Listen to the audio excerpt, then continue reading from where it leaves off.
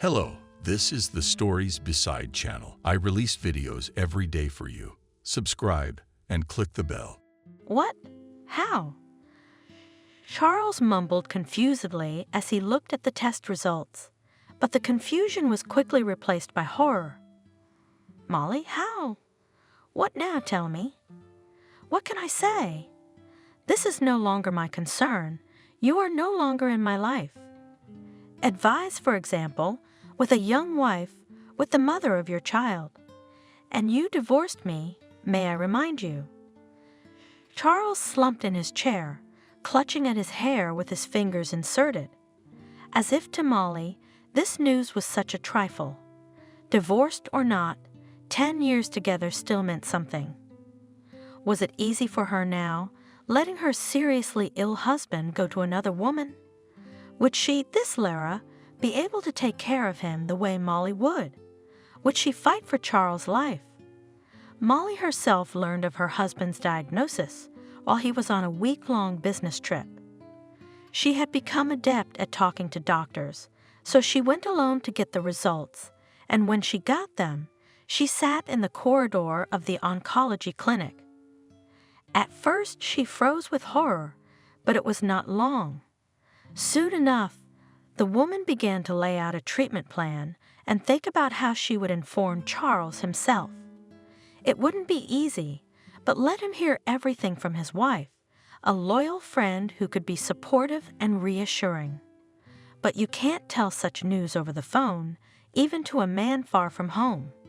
So when Charles called in the evening and asked what the doctor had said, she calmly said, "Don't worry, everything is fine.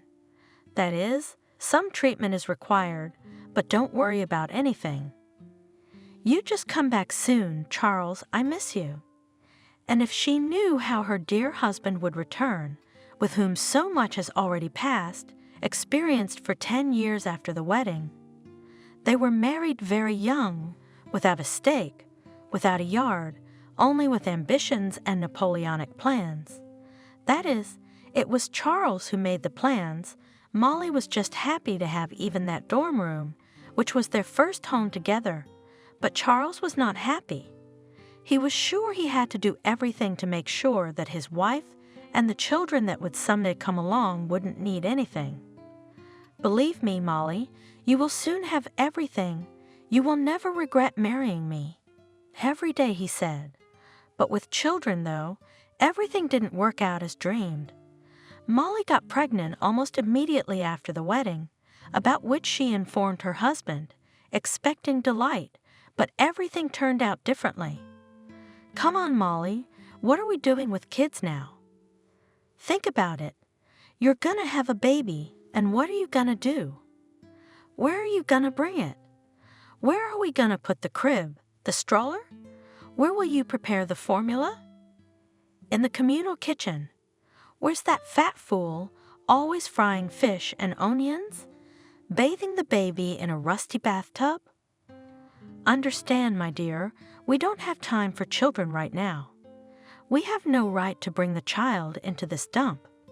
He will not thank us for such a start in life, especially since the improvements will be much further than we plan." Yes, everything Charles said was very logical and correct, but Molly still cried bitterly and said that it was their firstborn. It was a pity. But still her husband had to obey. The firstborn was not born, and because of this, as it turned out later, his younger brothers and sisters could not be born. But the improvements began, although there were many difficulties, but they were young, loved each other, and about children for a long time just did not think. In order that Charles could start his business, had to take a large loan, and the payment of each installment at first knocked them out of the rut, making them sometimes literally sit on bread and water, but it did not last long. Very soon Charles and his partner David went to Phil, paid off the loan, took an apartment in the mortgage, but this time such hardship and excitement was not. They knew that soon everything will be paid back. Even the fact that there was a new item of expenditure was not very worried, more worried about the result, or rather, its absence. After 5 years of living together, Molly realized that pregnancy does not come by chance. She started going to doctors, trips to sanatoriums, examinations, treatment, IVF, other procedures ending with nothing. Molly, I am afraid that you are these treatments for non-existent diseases, not to improve your health and finally kill the body. You're not sick, but you don't get out of these doctors. Who needs it? What do you mean? Molly was surprised. Who needs our baby? Everyone keeps telling me there's still a chance. And while there is, I still do not want to give up. If in another 5 years nothing will work out, we will think about adoption. Fine, in 5 years we'll start. In the meantime, take a vacation from therapy. I'm sick of it, honestly. Yes, Molly had noticed that Charles wasn't exactly cold to her, but not without it. Yes, the passionate love that brought them together is gone, but divorce is out of the question, even though she is infertile. Yes, the husband is often not attentive, sometimes irritated, rude, often delayed at work, goes on business trips. What can you do? He's a businessman. Molly even thought about coming to work with me. But first of all, because of her early marriage, she didn't get a good education, only a sewing school. Uncomfortable somehow, the wife of a businessman, and suddenly a simple seamstress. And secondly, she was used to being a housewife. She liked it. The money that she could get, working, not the slightest importance for the budget of their family would not have. But the time from housekeeping, work would take a lot. And she had to go to the doctors, which sometimes took days. But David, the husband's partner, also has a wife who doesn't work, and they don't have children, but it seems to be by mutual desire. David married later than Charles. His wife is Kayla, younger than Molly, and she certainly does not think about work. And she wouldn't want kids in her life either. Kayla doesn't sit at home. She's always busy, going out, parties, receptions, traveling, or shopping in the extreme case. To Molly, that lifestyle seemed wild. She didn't talk to Kayla, though she didn't judge her. Each to their own. Everything would have gone on like that. But Charles started to get a little short-tempered in the last year. At first it was nothing, not worth worrying about and paying attention to. Well, stomach aches, the most common thing for a man. At work, do not think about normal nutrition. All on the go dry food. That's your gastritis. He didn't pay much attention to it. He'd take a pill and then he'd be fine. Molly was more worried. Gastritis, but it must be treated or before you know it, and the ulcer will turn into an ulcer. How many times did she talk her husband into it? Charles, go see a doctor. I'll make an appointment for you soon. When can you do it? This week? Not this week, not next week. I don't have time to go to the doctor. You're the one who likes to be cured, and how much did those doctors help you? All they did was siphon off a lot of money. That's all they did for you. Molly saw her husband every day, so she did not see any big changes in his appearance, but once a neighbor stopped her and asked, "Why has Charles lost so much weight and his face is yellow? You'd better get him to a doctor, because these men always drag on, and then we have to deal with them."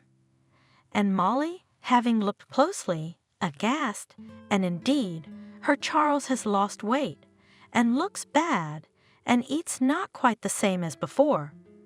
But what doctors are there? Even those herbal teas that Molly had brewed couldn't be made to drink.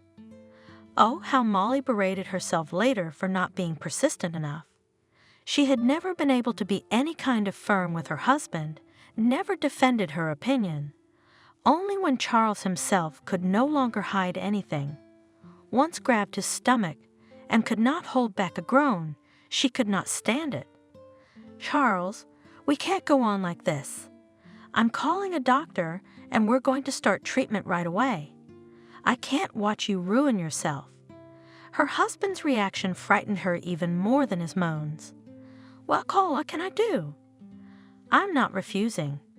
And his voice is so confused, helpless, he knows it's bad. At first, of course, called a simple district doctor from the polyclinic to do general tests that, except for referrals and those drugs that Charles and already takes, can prescribe the district doctor. But with these results, it is possible to address to a more serious specialist. More serious examinations began, and very soon the scary word oncologist was heard. So far, no one has not made a diagnosis. Just referred for examination to this specialist, but who wouldn't be scared? So what is it? Do I have cancer? Charles asked me bluntly. I'm not saying that. On the contrary, you need to be examined to rule out such a diagnosis. The doctor answered without looking up from his writing. Or to confirm it? Half affirmative, said Charles, and start the right treatment if it is confirmed. The doctor raised his eyes, looking firmly at Charles. There's no need to be afraid, even if it is cancer. It's not a verdict. Nowadays, this disease is treated, and sometimes quite successfully. Very comforting, mumbled the patient. All the way home, Molly consoled her husband, saying that nothing terrible had happened yet. Most likely he did not have any cancer. They send everyone to an oncologist to rule out all risks. I got checked out too, remember? You're gonna be fine. You'll just have to take better care of yourself. It's easy for you to say, you'll be fine, you'll live and I'll die. Charles was scared, confused, and ready for the worst. Molly was no less frightened, but her fear did not paralyze her. On the contrary, it made her mobilize all her strength. Don't be silly. First of all, it is not yet known what you are sick. And secondly, even the worst is not a verdict. You're young, you've never been sick, so stop dying before you die. By the time we got home, Charles, however, calmed down a little, cheered himself up, talked about other things. Okay, I'll give them this biopsy, and we'll see that I have nothing special. But then I swear I'll sue them all. You're scaring the hell out of me with your innuendo. And he got so calm that he didn't even wait for the biopsy results. He went on a business trip. Molly was terrified. Are you out of your mind? What kind of business trip are you going on? The usual, same as always. What's wrong now? I feel fine, and I have to go. Who's going for me? Is it you? David can't go? It's your business together. He's traveling too, he can't go. And why are you meddling in something you don't understand? Why are you always meddling, Molly? But the biopsy results haven't come back yet. Well, they will be without me. You can call me and find out. I don't think I'm gonna die of illness. I think I'm gonna die of your whining. I had the impression that Charles just couldn't wait to get away from home, from his wife, from all the doctors. Well, maybe that would actually be easier for him. He feels like a healthy man, at work among his colleagues, does not think about his illness, but at home, I remind him. And the truth is, we don't know anything yet. Maybe there's no cancer in there. He would not forget about a normal diet and medication, and I can't really help in such a situation. Molly thought, consoling herself with these thoughts. But it was still so hard on her soul, and as it turned out, not in vain. A few days later, after Charles left, the doctor called and said that the diagnosis was confirmed. Cancer, stage 4. There are metastases. It is urgent to start treatment, the result of which no one can guarantee either. Charles also called the same day, asked if the answer had come. Of course, I couldn't tell the truth. Come back soon, missed you. She herself was crying. How could she? But she quickly wiped her tears. What was the use of crying? We have to work out a treatment plan. Now the whole life will go in a different direction. And also, it was necessary to think how to tell Charles the truth more gently, carefully, and somehow to cope with the explosion of emotions that would undoubtedly follow this message. I wish he would come sooner to deal with the matter and begin the treatment. They will manage to defeat the terrible disease. They will be together for a long, long time. And so, the key turned in the lock. It came, but not alone. Yes, Charles had had a second family for a long time. He didn't realize how it came about. During one corporate party, he met a beautiful young waitress named Lara. Under the influence of alcohol and the feeling of freedom, it seemed that he fell in love and realized that she did not mind. And somehow it happened that they woke up together in her house. Yes, at first I was ashamed because for the first time I cheated on Molly, my favorite wife. And then it just sort of occurred to me. So what? I've been faithful for almost 5 years, so this one time doesn't matter at all. Molly won't find out, so it's okay, it won't happen again. She's a good girl though, I'll give her that. I thought that everything would be limited to a one-time meeting, but somehow it turned out that they agreed on the next one. So a casual connection was reborn into a relationship, mutually pleasant and not burdensome. Lara didn't mind at all. She wanted the relationship to continue. At the same time, knowing that her new acquaintance was married, the girl did not insist on somehow strengthening her position. So she said, "You do not think, I do not want to get married. I do not even want a permanent relationship. I just like you.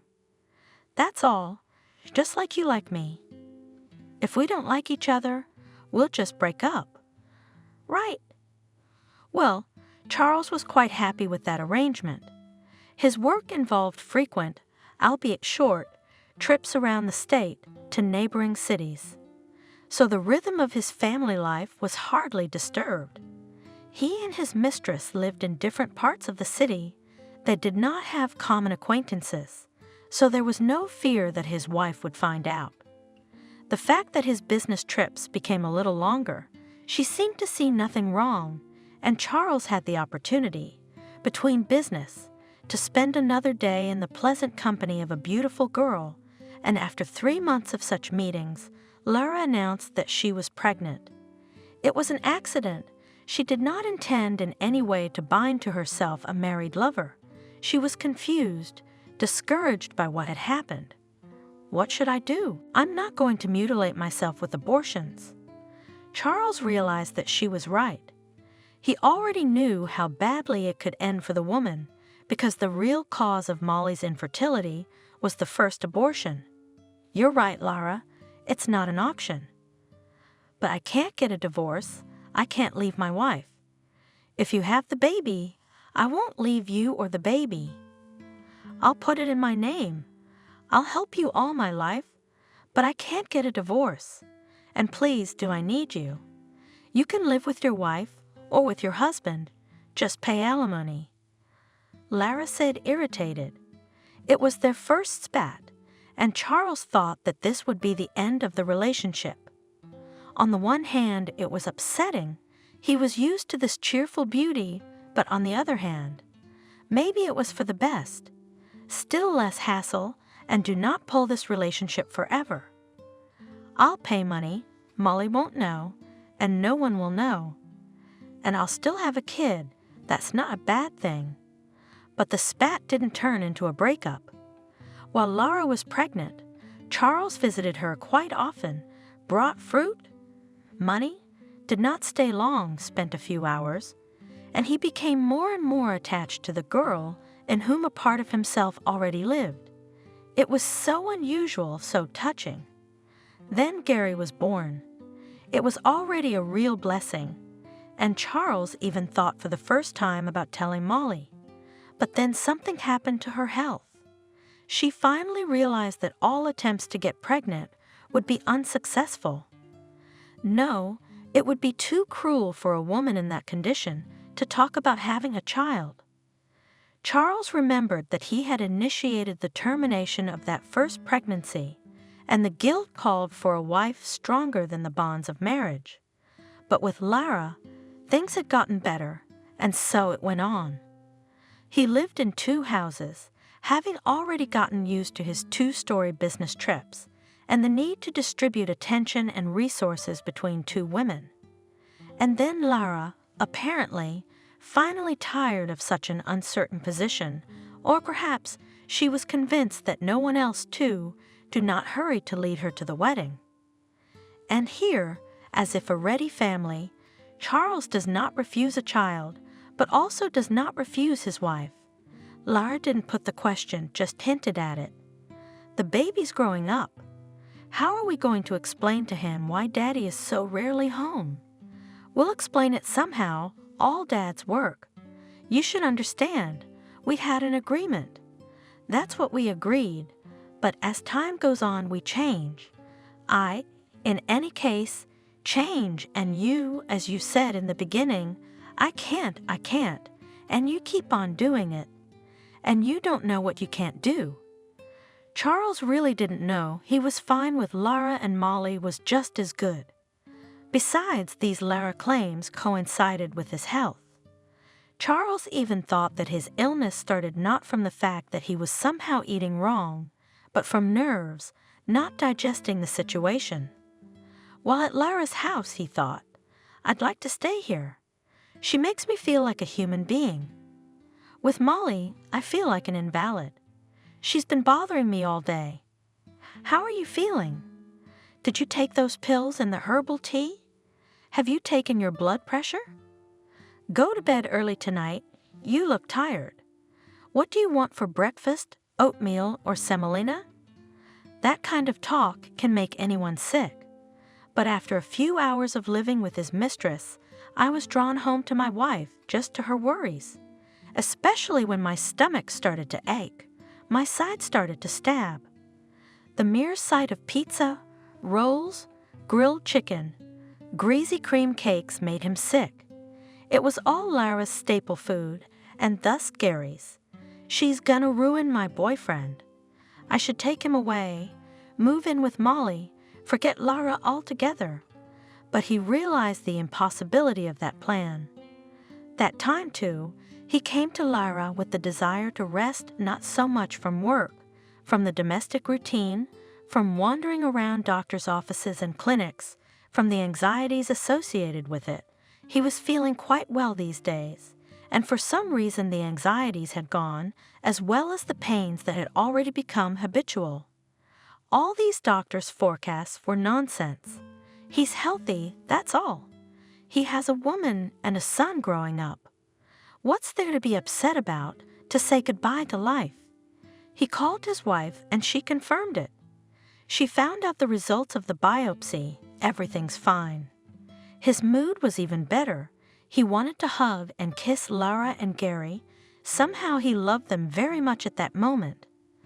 Lara, on the other hand, had a very different emotion. What? That was your phone call. She lost you? Come on, don't worry the woman. Go to her, kiss her, and hug her. You hear that, Gary? Your daddy's going to another aunt. He's fed up with us. Come on, Lara. Don't involve the child in this, Charles asked. Involve him in what? Why not? Your child will be going to school soon. What will he say to a question about Daddy? What about you? What did you tell me last time? Remember, I'll remind you, it's no problem. I told you that everything was about to be over, that it was about to be over. What am I saying? You've been saying that for years. I've got a big son, and you're still in the middle of a flight, or underflight, or overflight. Charles walked with big steps around the room and thought, what am I really doing? We only live once. I recently almost looked into the place where all the scenery ends. Do I have to keep pushing? You feel sorry for Molly? Yes, I do, but who's stopping you from feeling sorry for her from a distance? She still has time to find someone else and live happily ever after. and I can live with my wife and son. Maybe we can have another baby with Lara." And suddenly, he gave me a command. "That's enough. Pack your things. Let's go." "Where to?" Lara was dumbfounded. "Home is where, enough really. We have a child. What else is there to drag?" Charles took out a suitcase from the closet. "What about yours?" Already from the depths of the closet, Lara said, "Not your concern. She should understand, too. Gary, pack your toys. We're going home now. You'll have your own room there." "Isn't that great?" "Yay," the boy said, and began to pack up his stuff. "Okay, don't take too much. We'll come back and get the rest. The rent is paid until the end of the month anyway." "Housekeeping," said Lara. "You're crazy, Charles. It didn't make a noise. It didn't rattle." "You're the one who didn't make any noise or rattle?" Charles grinned. On the way home, he recovered from this momentary impulse, but it was too late to fix anything. Feeling the drilling pain inside him again, he thought, "Yeah, it's definitely from nerves. What's there to be nervous about? Let's wait to see what happens." Molly waited for her husband, prepared dinner, thought about how to inform Charles about the terrible diagnosis. When he entered the apartment not alone, but with a young woman and a child of about 5 years old in front of him. "Do we have company?" Molly asked, confused. "Why didn't you warn me?" "Guests, guests," sassy said the girl. "We are hosts, not guests. Explain to your ex, Charles, who is here. And me and Gary, we need to explore the territory. I am Madam, his favorite woman, and this boy is our son." "Yes, Molly, shall we go and talk?" Trying to be firm and decisive, Charles suggested. "And you, yes, while you look around, figure out where you will be more comfortable." He took his wife by the elbow, pushed her toward the kitchen, inhaled the smells that made his stomach ache even more. Oh, how he needed this vegetable broth, these steamed cutlets, mashed potatoes. But that's later. First, the unpleasant conversation. "You see, Molly, I should have come clean sooner, but I didn't.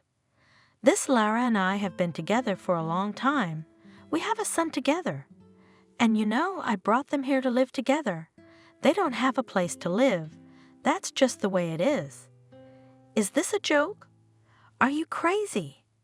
She really didn't understand anything, refused to believe what she had heard and seen. It was just unreal. "It's not a joke, and it's not crazy.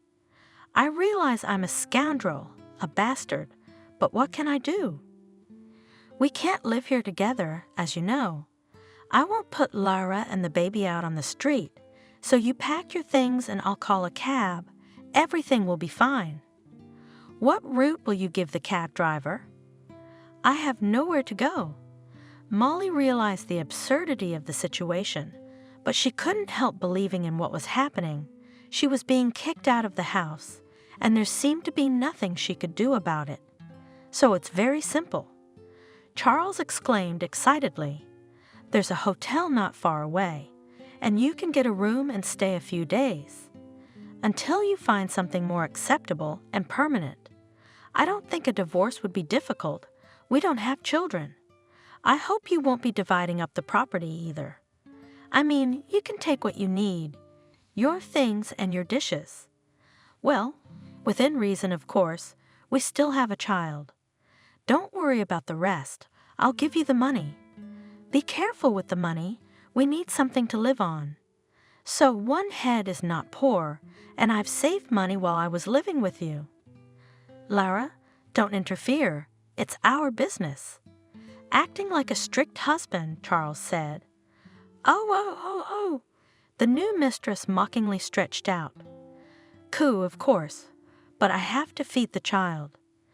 Go and help her pack her stuff and send it off." Charles and Molly went to pack.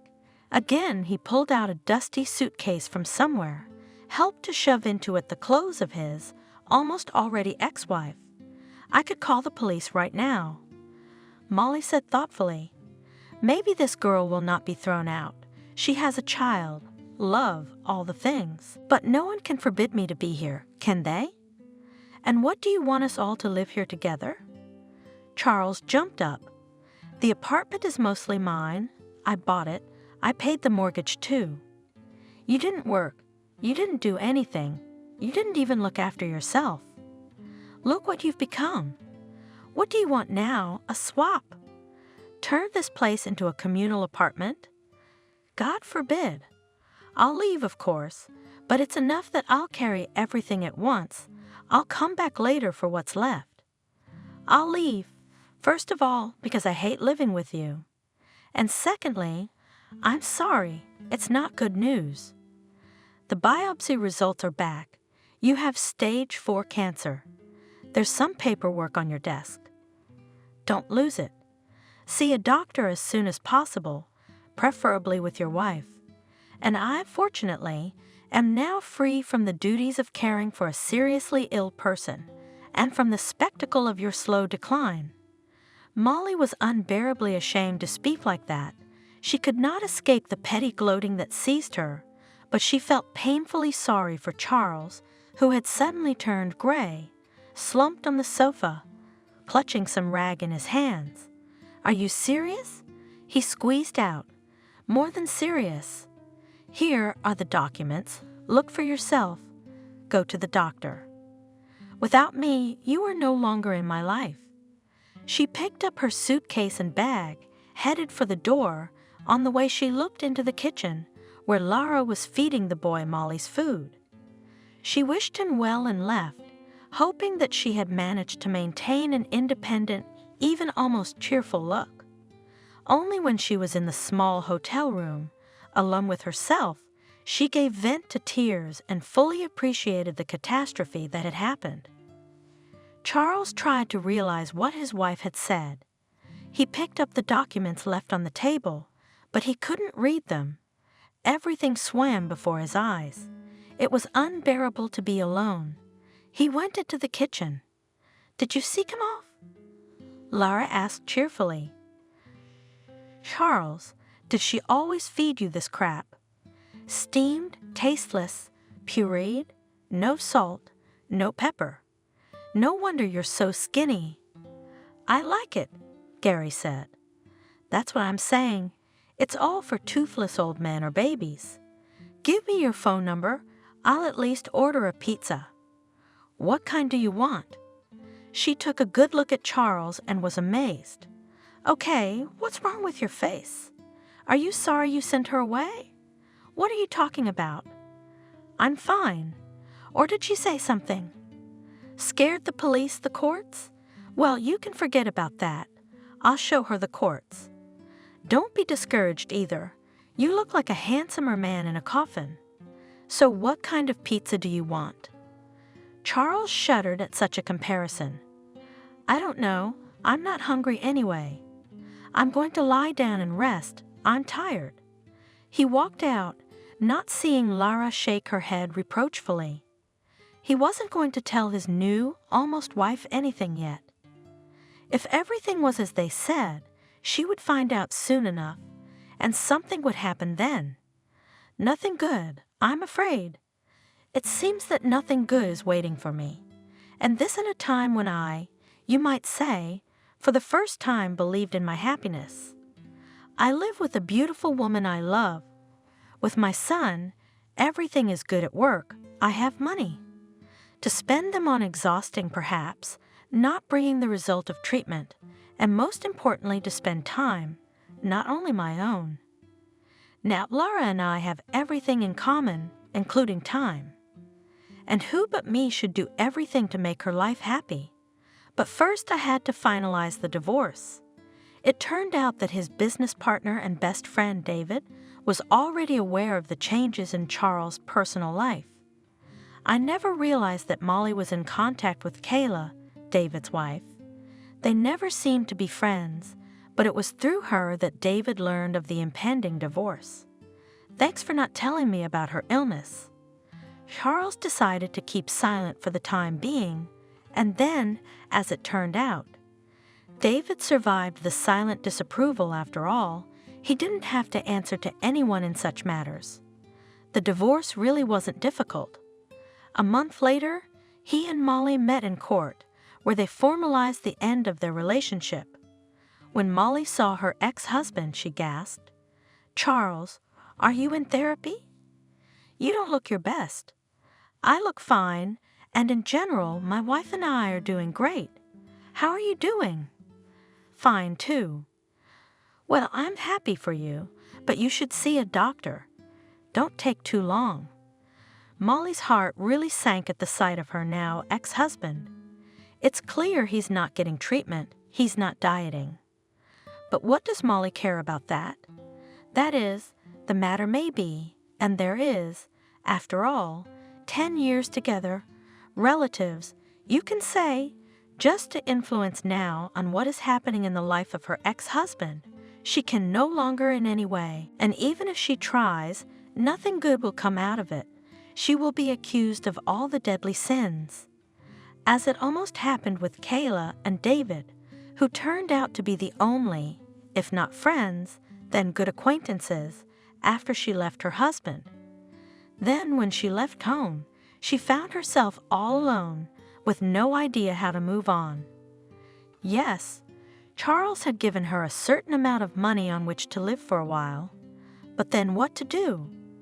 If she rented a hotel room, she wouldn't last long, and she didn't know what else to do. That's when she received a call from Kayla, who had learned about the treacherous deed of her husband's friend. Probably this young woman, led by the usual curiosity, or maybe she just had nothing to do. But either way, her involvement came in handy. She invited Molly to visit, promising advice, help in the current difficult situation. From Kayla, of course, what help? Charles immediately began to resent her, advising Molly to sue. The truth is on your side.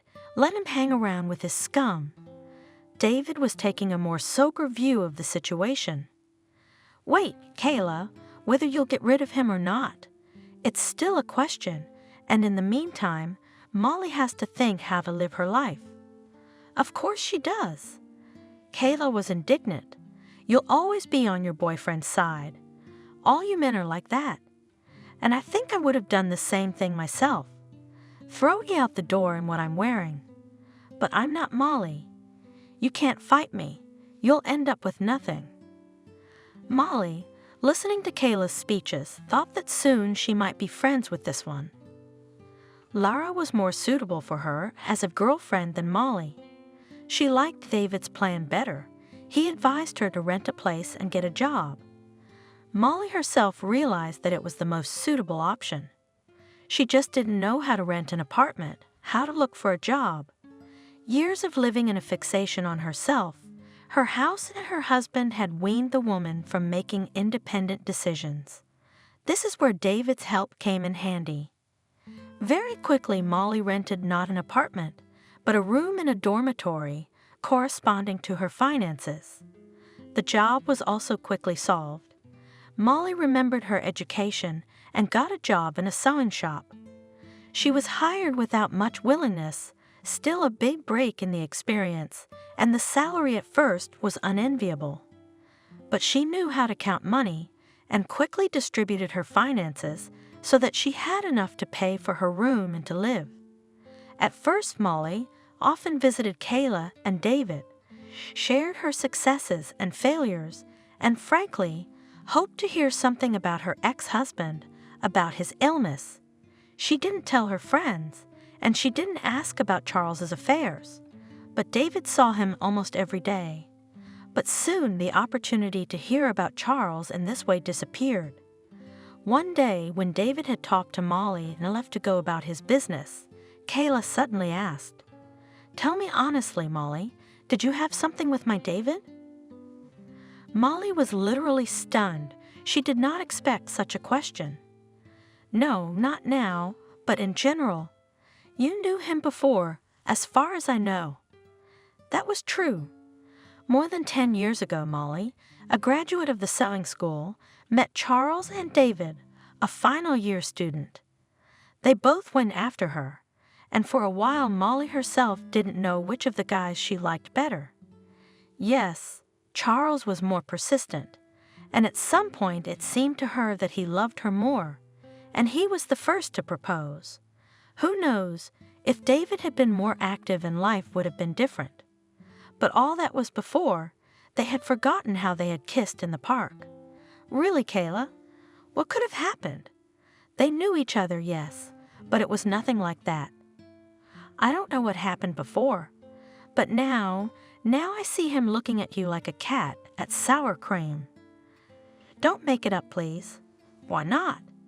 You're a free woman now. Maybe you've got your eye on him yourself. Kayla spoke in jest, but her eyes were prickly and serious. What are you talking about, Kayla? It never happened and never could have happened. Don't make it up. I just don't want to be in your shoes, so I think of all sorts of things. After this conversation, Molly realized that the door to this house was closed to her. Whether David was looking at her, whether Kayla's fiction and fears were real or not, it didn't matter. But Molly didn't want to inconvenience the people who had treated her kindly, and she had enough to do. Trying not to indulge in sad thoughts, Molly worked hard, improved her skills, and tried to communicate more with people. Soon she had a lot of friends. There was no time for memories of her former life, and she thought about Charles less and less. He's probably doing fine, getting better and better. His wife was young, she was not a beast, and she loved him. Why else would she wait so many years? Why not take care of the man she loves? He's her husband, her child's father. More often she thought not even about her ex-husband, but about his son, little Gary, whom she had only seen a glimpse of. Sometimes it suddenly occurred to her how good it would have been if her husband had apologized to her at once, taken the boy away from his Lara, and they would have brought him up together. What kind of nonsense was going through her head? What kind of mother would give up her child? And she, by all accounts, is not a bad mother. There is nothing to accuse her of all sins. Molly reprimanded herself. Charles was doing really well, up to a point. Immediately after his divorce from Molly, he and Lara applied for marriage, and a month later became, finally, legally husband and wife. Fancy wedding did not play, decided that the money is better spent on a wedding trip, in which they departed soon. And that's where Charles's disease, which had been hidden until then, suddenly made itself known. It is not surprising. The change of climate, unusual food and drink, increased activity. But he was in no hurry to confess his illnesses to his young wife. He limited himself to staying in the hotel room more often, much to Lara's displeasure. Like many healthy people, she did not understand the sick, and did not even believe in the existence and seriousness of diseases. Looking at her husband stretched helplessly on the bed, she said, "Charles, why are you spoiling my vacation? You are only 5 years older than me, and it seems that I married an ancient old man. You lie around all day like a turtle. Why do I have to go everywhere alone? Wouldn't you be jealous?" Charles smiled languidly and thought, "Amazing mental callousness. Doesn't she realize that I don't feel well? Wouldn't she have asked me? Suggested a pill? I would have sympathized. Molly would not leave me now. She would torture me with her questions and suggestions. Isn't it about time Lara confessed? I think it's time. I don't know if it'll work, though." But he decided to confess after his arrival. He didn't want to spoil the impression of his vacation. As a result, Charles arrived home almost alive, not even hugging Gary, who was left with the nanny. He went into the bedroom, collapsed on the unmade bed, and asked his wife to call an ambulance. "Oh, an ambulance. What's the matter with you, Charles? Is it really bad, or what?" Lara finally understood. It's bad. Charles couldn't hold back any longer. Well, bear with me. I'll get my things organized. Gary, what did we bring you as a present? What the hell is this? Can't she see anything? Dialing the number of the ambulance myself, I thought, Charles, this is how I'll die, and no one will give me a glass of water. The arrival of the doctors was an unpleasant surprise for Lara, who had not yet unpacked her things. She did not even come out to the patient, did not ask what was wrong with her husband, but she heard the doctors leaving. Charles was not hospitalized, only administered painkillers. As you can imagine, no ambulance or on-call hospital will treat something like this. Just go to your oncologist so you can get the treatment you need faster. After closing the door behind the doctor, Lara rushed to her husband. Why did he say oncologist? Do you have that one? She did not dare even to say the name of the disease aloud. Finally, she believed that I wasn't fooling around. Charles thought grimly and confessed, I have cancer. I don't know how long I'll live, but the doctors say. So that's what it is. Lara said ominously. That's why your purse so uncomplainingly slipped away. She left me not a husband, but a wreck. She herself was used to the fullest, and now I have to nurse a sick man. What a clever idea. Well done. What are you talking about, Lara? Charles asked pitifully. What are you talking about? About the birds. You heard everything perfectly well and understand everything better than I do. You didn't need Lara when you were healthy, and now you're taking it out on me? God, why did I do it? I waited 5 years for you to turn me from a mistress into a wife. I gave birth to your son, and now I've got it. Who came up with that? You or her, Molly, your Molly? If she did, I see. Oh, clever, clever woman. Don't be like that. She had nothing to do with it. She lived for 10 years with a healthy man who provided for her to the fullest, didn't work, didn't give birth to children, lived for herself in pleasure. And when her husband got sick, she immediately made a run for it. I wonder why she leaves so quietly, not a tear, not a reproach. Why should she cry? She should be kissing my hands, dancing with joy. Don't be silly, she didn't know anything. She's a decent woman, she didn't want to hurt anyone. Of course, an angel in the flesh. She didn't leave you sick. No, she was kind. She gave you to me. Lara's a fool. Let her take the pots out while the angel Molly lives on her own, spending your money. How much did you give her? I didn't give her anything. Calm down. Charles tried not to get nervous, not to raise his voice. He knew that it might bring back the pain, but Lara continued to ravage, not even distracted by Gary. But what's it to you? Shouted she at the child. Why are you swearing? What's the matter with Daddy? Daddy, are you sick? Do not be afraid, baby. Everything is fine. Only you do not cry. I'm just tired. Charles tried to calm the child down. Yeah, tired. Your daddy's tired of defending other people's aunts and lying to your mom. It's not enough for you, you little bastard. Now she has to go after your daddy. Get out of here. Don't listen to adult conversations or I'll rip your ears off. Lara, don't take it out on the kid. I'll take care of my soul, but leave him alone. But where was it? That day, everybody got it in for everyone. And the next day, Charles went to give himself up to the doctors. He was glad to be in the hospital, to be honest. There was no hope that Lara would calm down. Gary felt sorry for her, of course, but maybe she wouldn't yell at him when she was alone. A trip to the doctor's office, however, dashed that last hope. Charles was not even offered hospitalization. After the examination, it turned out that the disease is already seriously neglected. I was not hospitalized, although they prescribed treatment, and I had to go to various procedures. It did not give much relief, but something had to be done, and his condition was worsening. Charles was getting weaker, not by days but by hours.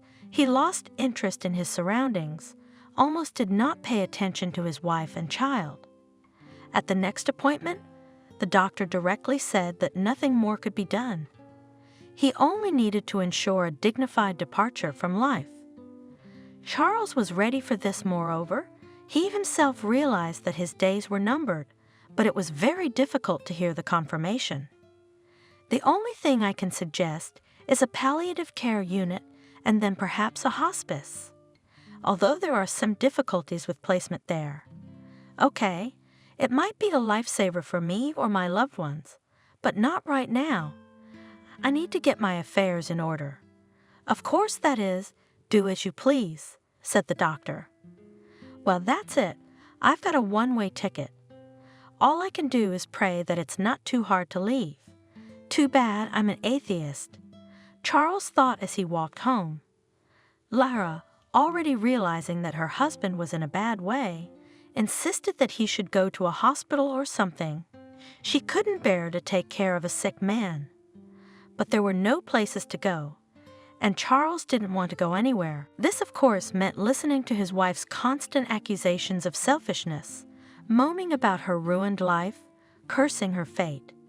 And one day, exhausted from the endless care of her husband and child, the young woman could not stand it. In the evening, having put her son to bed, having given her husband an anesthetic injection, she packed up and left, forever. Waking up, Charles first waited for her, then became worried, walked around the apartment. On the dressing table, he saw a piece of paper with the single word "gone." Checked it. There was no money, no jewelry, no Lara's most prized possessions. "Dad, when is Mom coming?" Came the voice of his son behind him. The boy stood still, not dressed, rubbing his eyes with his fists. "I don't know, kid. You go and get dressed, okay? I'll make you something to eat." "What would you like?" "I don't know, for Mommy to come. There's cookies in there. I'll get them myself. Are you all right?" "Not quite, but I can make something." "You don't have to eat cookies in the morning, okay?" "My mom lets me. Is she sick too?" It was obvious that Gary was trying not to cry, but the near tears were already trembling in his eyes. "No, what are you? She'll be here soon, healthy and cheerful." Even this short conversation was tiring Charles, and he had to feed the child something else. He hadn't been hungry for a long time. He could hardly swallow any semi-liquid food in very small quantities. Well, he couldn't do it on his own, and Lara didn't seem to be coming back. Her leaving me was understandable. She'd been ready to do it for a long time, but the baby, how could she leave her son to a man who could die at any moment? Charles tormented himself with the thought. He realized that he would not be able to prepare anything for Gary, let him eat cookies with milk, and fell on the bed. He had to find the strength to call someone, but who? No one but David. They still need to settle the matter, with Charles part of the business. David, having barely heard of Charles' predicament, had come at once. Charles sold his half of the business to a friend, put some of the money into his son's account, and left the rest for medical treatment and a nurse. David helped with that too, quickly finding an elderly woman with a medical degree. She agreed to take care of both the patient and the child. "And you know, David, I want to call Molly, not for help, but for forgiveness. It's time for me to say goodbye to people, you know." "Don't mind, you know."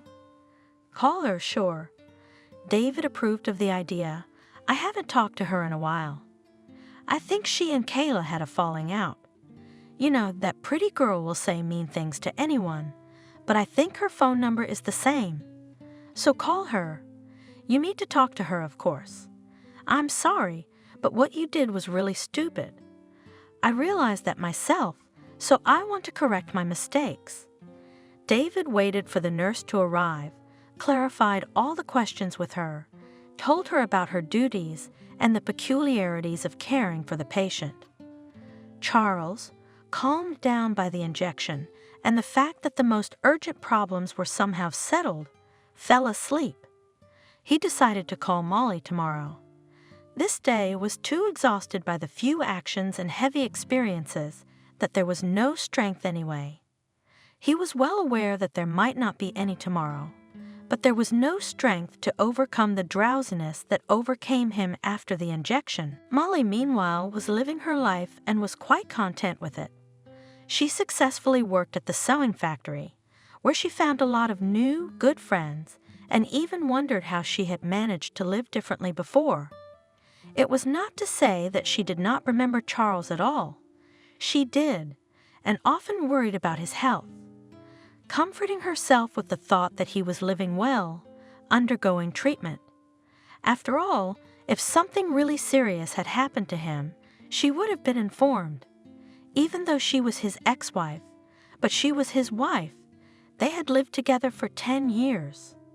She tried to call her ex-husband herself, but to no avail. Apparently, he changed his cell phone. Molly hadn't spoken to David or Kayla, so she couldn't ask them anything. And even if she could, she wouldn't. If she did, they'd think she was counting on the past to come back, which it wasn't. If Charles had even called her and offered to go back, to start over, she would have refused. She was satisfied with her present life. And suddenly he called. "Molly? I'm sorry I haven't called. I haven't had time. I mostly just wanted to apologize to you." "Yeah, I'm sorry. It's time to take stock." "Summarize what?" Molly was scared. "Are you not feeling well at all, Charles?" "Yes, Molly, it's my own fault. I neglected my health and, well, you know what I mean. The doctors won't even give me treatment. They say it's useless. Well, I mean, they do help. But, well, my song is over." "God, Charles, what a horror. What are you saying?" "Is there nothing? Molly, we're done talking about this. I know I'm sorry for what I did to you, and it's probably stupid to apologize, but don't curse me too much." "Yeah, what are you talking about? When have I ever cursed you?" Molly felt a cold wave roll down her spine. She believed Charles' words immediately.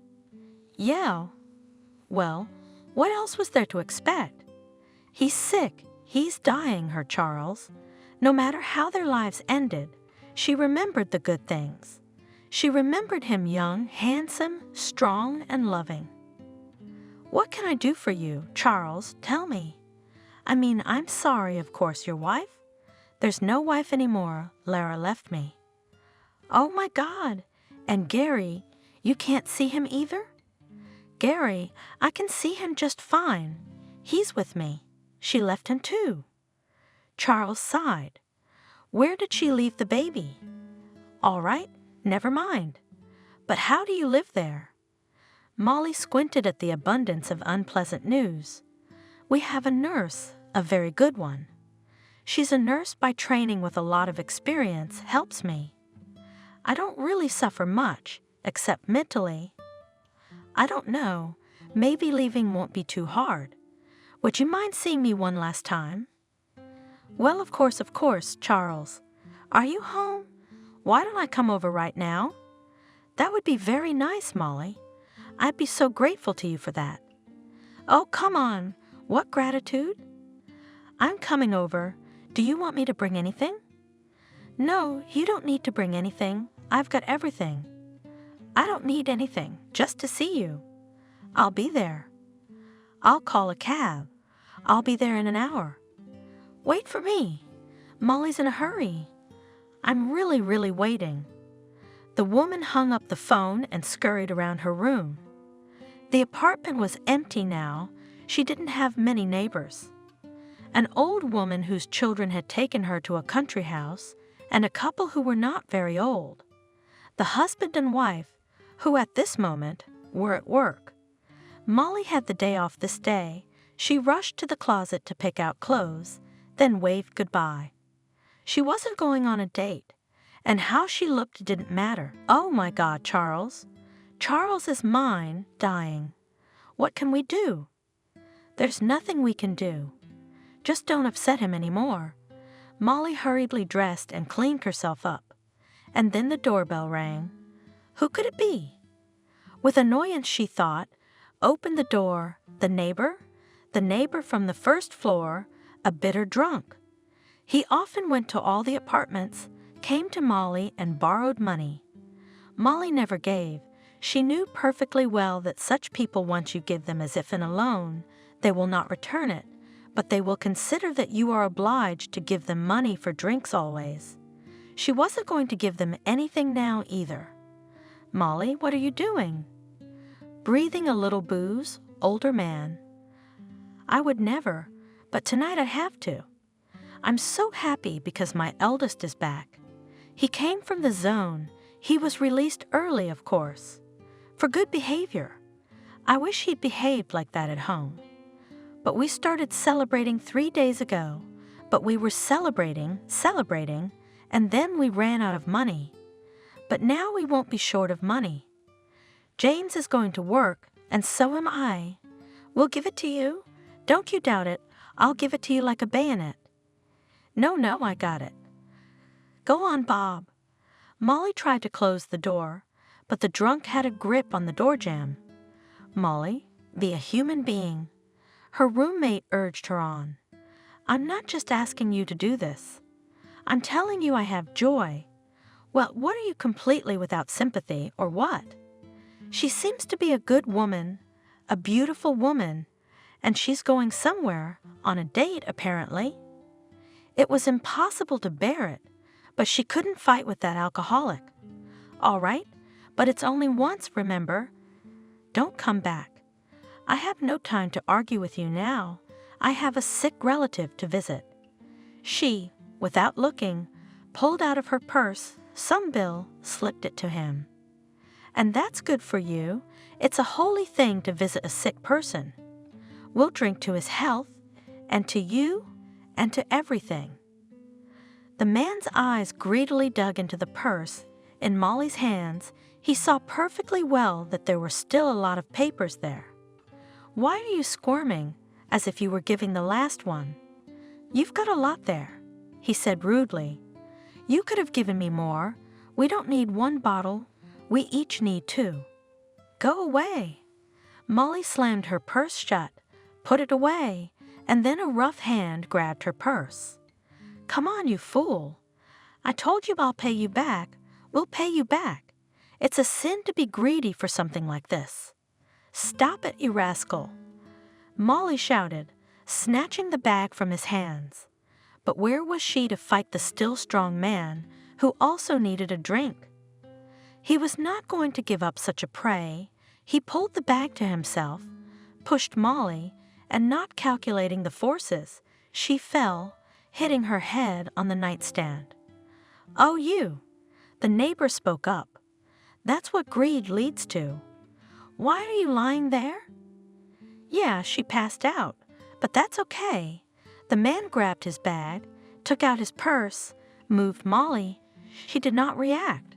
Or did she just die? Come on, women people are resilient people, would have given immediately, and would be alive and well, muttered the neighbor, running away with the booty. Molly was left lying there with blood under her head.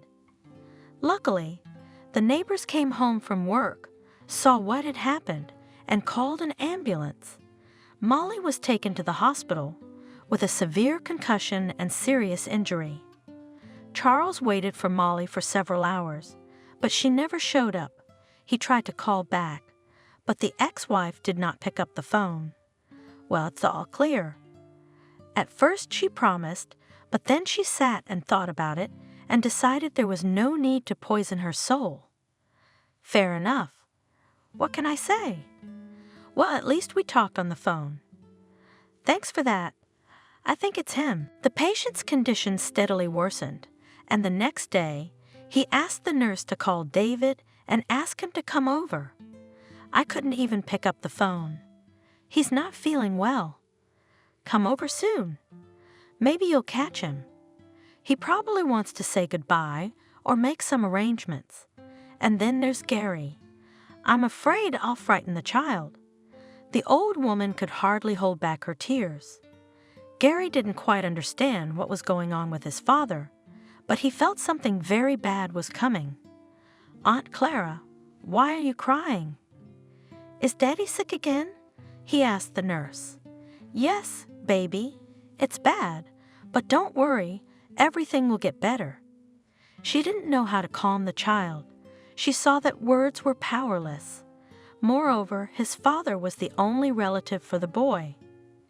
David came, listened to the last orders of his friend. Fortunately, even before Charles finally fell asleep, they had time to solve the business, and most importantly, Charles had filed a divorce from Lara and deprived her of her maternal rights because she never showed up. "David, I feel sorry for Gary. He's got no one. I don't want him to grow up in an orphanage." The dying man whispered. "Don't worry, Charles. I'm not leaving the boy. I've got no kids of my own. I'm raising this one with Kayla. She won't mind. They're talking about kids themselves." David doubted his wife would be okay with a stranger's kid, but he was sure she wouldn't protest. "Thank you, friend." The dying man squeezed David's hand with cold fingers. A couple days later, Charles was gone. No one knew where Lara was. They tried to report Molly's funeral, but her phone was still off. None of the ex-wives were at the funeral. David kept his promise and took Gary back to his place, causing Kayla's expected displeasure. "But really great. I didn't raise other people's kids. No one expects you to do that. You're an educator, you know that. Just be nice to Gary. Don't show your displeasure. You didn't want your own. Don't want other people's kids. I want my baby, okay?" "Yeah, please, I don't mind." "You're pouting, Kayla. It's just that Gary has a mother, and we're not involved." "He doesn't have a mother. She's gone. She's disenfranchised. And we're done talking about this, okay?" Kayla had to accept it. She was afraid to cross her husband. She depended on him for everything. Her well-being, her ability to attend events, to travel several times a year. In a divorce, she would be left with nothing. And lately, it was felt that David was not satisfied with their family life. Having children of her own she didn't want, and now she couldn't have any more. So there was nothing to count on in a divorce. Going back to her parents? It was scary to think about it. They had to accept the arrival of a stranger's baby in their home. Molly was in the hospital for a month. When she came to her senses, she immediately thought, Charles, but she couldn't remember what was wrong with Charles. At first it seemed to her that they were not divorced, they lived together. Her husband was waiting for her somewhere and she didn't immediately remember what had happened. She only told the policeman about some scary man who pushed her. However, the neighbor was found out right away. He wasn't even leaning. Molly remembered where she was going before the accident, but it turned out that her phone was also missing. The neighbor admitted that he had stolen the phone, but had given it to his son, and he had gone somewhere else. The patient's condition steadily worsened, and the next day, he asked the nurse to call David and ask him to come over. I couldn't even pick up the phone. He's not feeling well. Come over soon. Maybe you'll catch him. He probably wants to say goodbye or make some arrangements. And then there's Gary. I'm afraid I'll frighten the child. The old woman could hardly hold back her tears. Gary didn't quite understand what was going on with his father, but he felt something very bad was coming. Aunt Clara, why are you crying? Is Daddy sick again? He asked the nurse. Yes, baby, it's bad, but don't worry, everything will get better. She didn't know how to calm the child. She saw that words were powerless. Moreover, his father was the only relative for the boy. David came, listened to the last orders of his friend. Fortunately, even before Charles finally fell asleep, they had time to solve the business, and most importantly, Charles had filed a divorce from Lara and deprived her of her maternal rights because she never showed up. David, I feel sorry for Gary. He's got no one. I don't want him to grow up in an orphanage. The dying man whispered. Don't worry, Charles. I'm not leaving the boy. I've got no kids of my own. I'm raising this one with Kayla. She won't mind. They're talking about kids themselves. David doubted his wife would be okay with a stranger's kid, but he was sure she wouldn't protest. Thank you, friend. The dying man squeezed David's hand with cold fingers. A couple days later, Charles was gone. No one knew where Lara was. They tried to report Molly's funeral, but her phone was still off. None of the ex-wives were at the funeral. David kept his promise and took Gary back to his place, causing Kayla's expected displeasure. But really great. I didn't raise other people's kids. No one expects you to do that. You're an educator, you know that. Just be nice to Gary. Don't show your displeasure. You didn't want your own. Don't want other people's kids. I want my baby, okay? Yeah, please, I don't mind. You're pouting, Kayla. It's just that Gary has a mother, and we're not involved. He doesn't have a mother. She's gone. She's disenfranchised. And we're done talking about this, okay? Kayla had to accept it. She was afraid to cross her husband. She depended on him for everything. Her well-being, her ability to attend events, to travel several times a year. In a divorce, she would be left with nothing. And lately, it was felt that David was not satisfied with their family life. Having children of her own she didn't want, and now she couldn't have any more. So there was nothing to count on in a divorce. Going back to her parents? It was scary to think about it. They had to accept the arrival of a stranger's baby in their home. Molly was in the hospital for a month. When she came to her senses, she immediately thought, Charles, but she couldn't remember what was wrong with Charles. At first it seemed to her that they were not divorced, they lived together. Her husband was waiting for her somewhere, and she didn't immediately remember what had happened. She only told the policeman about some scary man who pushed her. However, the neighbor was found out right away. He wasn't even leaning. Molly remembered where she was going before the accident, but it turned out that her phone was also missing. The neighbor admitted that he had stolen the phone, but had given it to his son, and he had gone somewhere else. And Molly, she couldn't remember any numbers, not Charles, or at least David. Her friends often visited her, but they couldn't help her. All she could do was hope for a speedy discharge. Even if she couldn't find a room, she could just visit Charles. Poor guy, how is he? What does he think of me? That I was scared, didn't want to see him sick. Molly didn't know that her ex-husband had already been buried. She rushed the doctors to discharge him, but they told her, "No, it's the head. You have a serious injury. You don't want to end up severely disabled, do you?" Molly didn't want that at all, so she faithfully followed all the instructions, hoping that the injury would not have such serious consequences. At David's house, meanwhile, other events were unfolding. Kayla, having accepted that Gary would now live in their house, nevertheless did not give up hope of getting rid of the child. The only way to do that was to find Lara. Whether she was disenfranchised or not, she was still the birth mother. Her rights can be restored. She's a normal woman. She doesn't drink. But why did she run away? So nerves couldn't stand it. Her husband was dying. Who could put up with that? She and Lara did not become friends, but still some contacts with mutual acquaintances remained. Not without difficulty.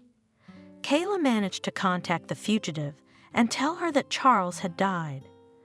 Really so soon? The young widow was surprised. I didn't know. What about the inheritance? And that if you expect to get something, you must hurry. I don't know how possible it is. Charles had time to divorce you, but the child is still there, and no one can deprive him of anything. It's true, you've been disenfranchised. What? Why would I do that? Where is he now, Gary, with you? Well, I'll come and get him. He's registered in the apartment, and I'll live there with him. I'm the birth mother. I was wrongfully deprived of my rights. I can prove that. Is the apartment intact? It's a good thing Molly didn't show up to claim it. And thank you, Kayla, for at least letting me know. Now I'm gonna come over and let anyone try to say a word. Lara really didn't hesitate and soon arrived. Kayla met her. David was at work. The women met like best friends. Gary, hearing his mom's voice from the room, jumped out and rushed over to her. Mommy, you came and our daddy is gone. We'll come home with you, won't we? Really, my sunshine, really, chicken. Mommy will never leave you again. You love me, don't you? Lara was pretending to be so sweet. Can't we wait for David? He's responsible for the baby? I don't care what he's responsible for. I'm the mother, not him. Oh, I don't have the key to the apartment. Well, we do. Kayla pulled out a bunch of keys. Well, fine. Tell your David that Gary and I went home and he doesn't have to worry anymore. You mean he'll drop off the paperwork later? I've got to get my pension and stuff, and I'll figure it out later. Gary, what are you standing there for? Pack your things and let's go. You want to go home? Yes, but do you want to come back here? Uncle David is a good man. He promised to be my daddy. We'll find you a better dad than any David. Get ready, I said. Kayla, can you lend me a big bag? Both women began to pack in a hurry. They wanted to get there before David arrived. They knew he'd be against Gary being taken away, even by his own mother. We made it. Kayla was ready to sing and dance when the door closed behind Lara and Gary. At last, they would be living alone together again, without that sullen, whiny, unsociable child.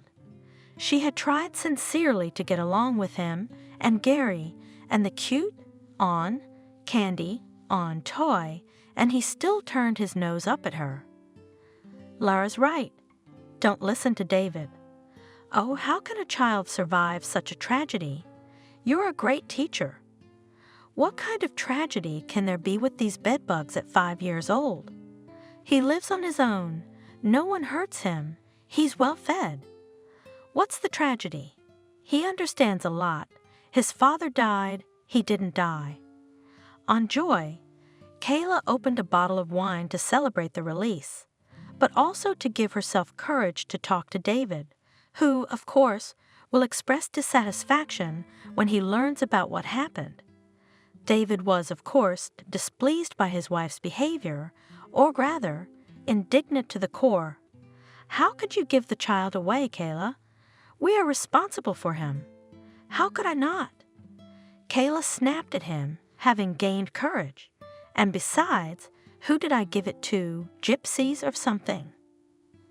Lara is his own mother. She has the right. You should have seen how the boy rushed to her. I couldn't tear him away by force. He was already looking at me like a wolf. And it's easy for you to be responsible when you're away all day, and I'm here to take care of him. Yeah, you've had it up to here. That's right. The kid doesn't belong with you. I mean you with him. You're drunk in the middle of the day. What kind of person are you? What kind of woman are you? You used to be a normal girl. Now you've become an evil, useless woman. David looked at his wife squeamishly. David, what are you doing? Kayla mumbled fearfully, suddenly realizing that she had gone too far in her actions and words. Do you want to go together and pick up Gary? I miss him too. Lara went over there to their apartment. That's why I gave her the keys, so she wouldn't go anywhere. Let's go. Come on, David. What a lying, insolent bitch you are. David replied with disgust. I'm not going anywhere with you. I don't even want to see you. David. Kayla howled pitifully. She went to her husband, but he went into the room he had set up as his office and slammed the door shut. Ignoring his wife's whimpering in the hallway, he dialed Lara's number. Lara, are you home? Gary with you? He asked in a decisive tone. Yes, we're home. Gary is with me and with his new father, but it's none of your business. Stay out of our lives, the woman replied cheekily. Remember one thing. You can't be in Gary's and my life. You're nothing to the boy now. You have no right to be in this apartment, much less this new father. Tell him that. If you don't want any serious problems, tomorrow morning, clear the place out, and I'll come get Gary. We'll see which one of us gets in trouble, Lara shouted. But David did not continue the argument and hung up the phone. I hope nothing happens to Gary until tomorrow. I'll go there in the morning with all the documents and, if necessary, with the police. Hoping at first to settle the matter amicably, I set off alone the next morning. And at Charles' house, I met Molly. She was coming out of the front door in tears. Molly, exclaimed the astonished David, how are you here? Where have you been? Why couldn't we find you? David, how could we? Charles is really gone. Sobbing, Molly asked. Yes, she had just been discharged from the hospital yesterday, having undergone all the necessary examinations and recommendations that would allow her to avoid the consequences of a rather serious trauma. One of the conditions was to avoid stress. It's funny how people follow that advice. Molly went home from the hospital to a rented apartment.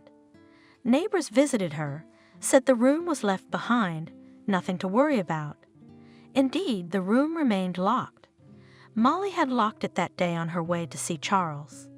This time she decided to take her time to tidy up, take a break from her long stay in the hospital.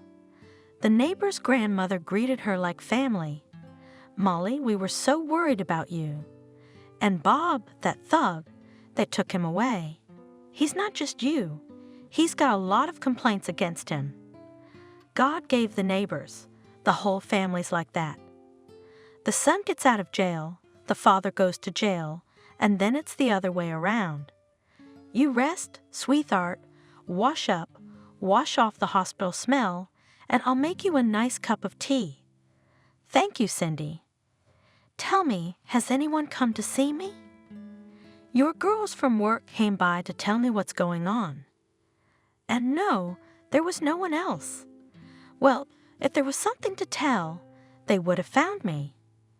Molly decided and didn't go to Charles until the next morning. Lara opened the door, strangely enough.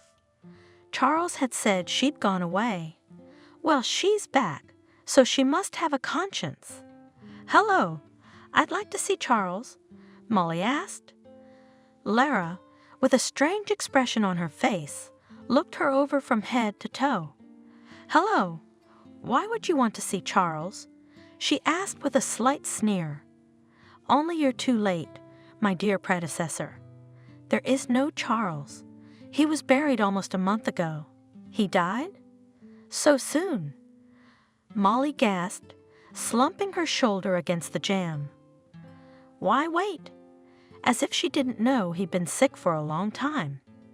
But don't worry, even if you grabbed it right away, you wouldn't have gotten anything. Gary and I are the first heirs, and you're not even in the picture. Ex-wife is nobody. A tall young guy appeared from the back of the apartment. Lara, are you holding the door open? It's drafty. Oh, good afternoon. I'd like to invite a charming guest into the house. Good day to you. Angrily threw Lara, Molly, and slightly pushed her away, slammed the door, but Molly was no longer interested in the girl's words. nor in the sounds of some altercation from behind the closed door. There was a pounding in her head. Charles was dead. Charles was dead, and she hadn't even said goodbye to him, and he'd been waiting and maybe looking at the door until the last minute, hoping she'd come. She stood like that for a few minutes, not noticing the tears running down her cheeks. Then she wiped her face, walked out of the front door, and ran right into David. "Yes, Molly, they buried him, alas. They've been trying to reach you, but your phone's not answering. Why don't we sit down, calm down, and then we'll go to the cemetery. 40 days soon. Have you been to the apartment?" David asked. "No, I called. Lara opened the door. I told her, that's all." "Have you seen the boy, Gary?" The man was worried. "No, there was some stranger there. A new husband or something. Lara, that one. I've decided to take Gary for myself, under guardianship for the time being, and then adopt him. He stayed with us after the funeral. I don't know how Lara got wind of it, but she showed up yesterday while I was out and took him away, and Kayla gave him to me, the bitch. I wouldn't be surprised if she told Lara too. She doesn't want the baby, that's how it is. I think I'm gonna divorce her, because I'm gonna take Gary anyway, and why would a kid want to live with someone who doesn't love him? And then divorce, grab, run. Oh, I'm sorry, I'm just not really comfortable with divorce, for obvious reasons. Charles wanted to see me, he called me. She told David the circumstances under which she was injured. Dan drunk, because Charles probably thought I just changed my mind, and now he won't find out. Who knows? Maybe he really does see and know everything now. I should take his son. I promised him I wouldn't leave him, especially not with Lara and her boyfriend. Will you come with me? Molly could see that David wanted her to come for some reason, and she herself was not indifferent to the fate of the child, who was taken away by a cuckoo mother who lived with some strange guy. We went upstairs, called the apartment again. What the hell is this? Are we going to get some peace today or not? Lara screamed before she could open the door. When Molly and David saw her, she started on an even higher note. What? Are you bringing a cheerleader? It's not gonna help you. Oh, David, is that who else is here? Stop it, Lara. Give me Gary and the keys and get out of here. David said firmly, "Don't get the police involved. What else do you want? You're so clever." The woman was first, but David stopped her. Enough already. Don't bring the police into this. You have no rights, not to the apartment, not to the child. Gary, are you there? Let go, you fool. The boy shouted from the room. Gary jumped out of the room and ran to David. Uncle David, take me away. I don't want to live with that Thomas. Thomas, I told you to hold the bastard. Gary, come here. Don't you want to live with Mommy? Lara screamed at the kid. I want to live with you, but I won't live with him. He says I've got an extra mouth, and I should be turned in, cried the baby. Thomas himself appeared from the room, a guy of about 20 years old. He paid almost no attention to the newcomers and immediately attacked Lara. What's that supposed to mean? You said that the apartment is yours, and here in the morning, some hordes are walking around and even threatening the police. That's all you need. It's mine, it's mine. The woman stomped her foot. All right, Lara, stop it. David cut her off. You know perfectly well that you have nothing to do with this apartment, as well as with the child. You'll have to attract young lovers by some other virtues, before you lose them. Pack up, and you, young man too. Let's skip the police. We don't have time for that, and we don't want to scare the baby. That's what the man says. Lara, you've been talking for nothing. Both about the apartment and the money. You've been lying. That's it, man. I'm leaving. I don't need to be fighting over other people's apartments. Thomas, where you going? I'm not leaving. My son is registered here. I have to live with him. Lara tried to shake her rights, realizing that she was about to lose everything, but David finally interrupted her speech. Seeing that her lover was really going to leave, Lara clung to him and begged him to wait until she was ready. Scattering curses at David, Molly, and the baby at the same time, she quickly gathered herself and quickly ran to catch up with her young man, ignoring even the timid mommy uttered by Gary sitting in Uncle David's arms. As the door slammed shut, he cried pitifully, "I'm not going to have a mommy again." He sobbed. "Don't cry, baby," gently said Molly, and took him out of David's arms. "Tell me, have you eaten better today?" "Not yet," they said later. "And yesterday?" Molly wrinkled painfully at the sad hair, that little man. "Yesterday I ate a bun. They also gave me fish, but it was very salty, and today there's nothing there." "All right, let's go back to my place. She left the keys, here they are, but never mind, we'll have to change the lock anyway, just in case. Let's go back to my place now. Molly, do you want to go too, or do you want to stay here?" Molly stood on the doorstep of the room where her Charles had spent his last days. No, I'm not staying here." Wiping her tears again, Molly said, "And I have no right to, either. I'll go to my place. I'm renting a room. Why don't you want to come with us?" "Let's go." David encouraged her. "But why not? Kayla is there, and she, has a special attitude towards me." She waved her hand. "You don't have to think about Kayla. Begon's Kayla, I think it's serious." David frowned. "What? Aunt Kayla won't be there either?" Gary guessed. "That's good. I didn't like her very much either. Why is it that if Uncle is good, Auntie is bad? And if Mommy's good, she has some Thomas who's bad? Auntie, do you have a bad husband too?" Molly smiled. "Get your stuff together, why don't you?" "No, I don't have any husband, not anymore. I must be bad." "No, you seem nice." "All right, I'm packed. What if Mom comes? She'll know where she is, right?" "Of course she will." I patted him on the head. She was at my place. If she's going to be without Thomas, I'd go with her. Gary promised sadly. "Will you come with us, Aunt Molly?" "No, honey, I won't. But we'll see each other again. Don't be sad. Aunt Kayla's waiting for you. She's not bad at all, you'll see. And David, call me when you go to the cemetery. I'd really like to visit Charles' grave." She whispered quietly to David. He promised to call and pick her up. "Get in the car. Can I at least give you a ride home?" he said. Molly agreed, since getting on public transportation would be too long, and she felt quite exhausted by the events of the morning. On the way home, she marveled that the pinch of sadness from the news of Charles's death had been replaced by a light sadness.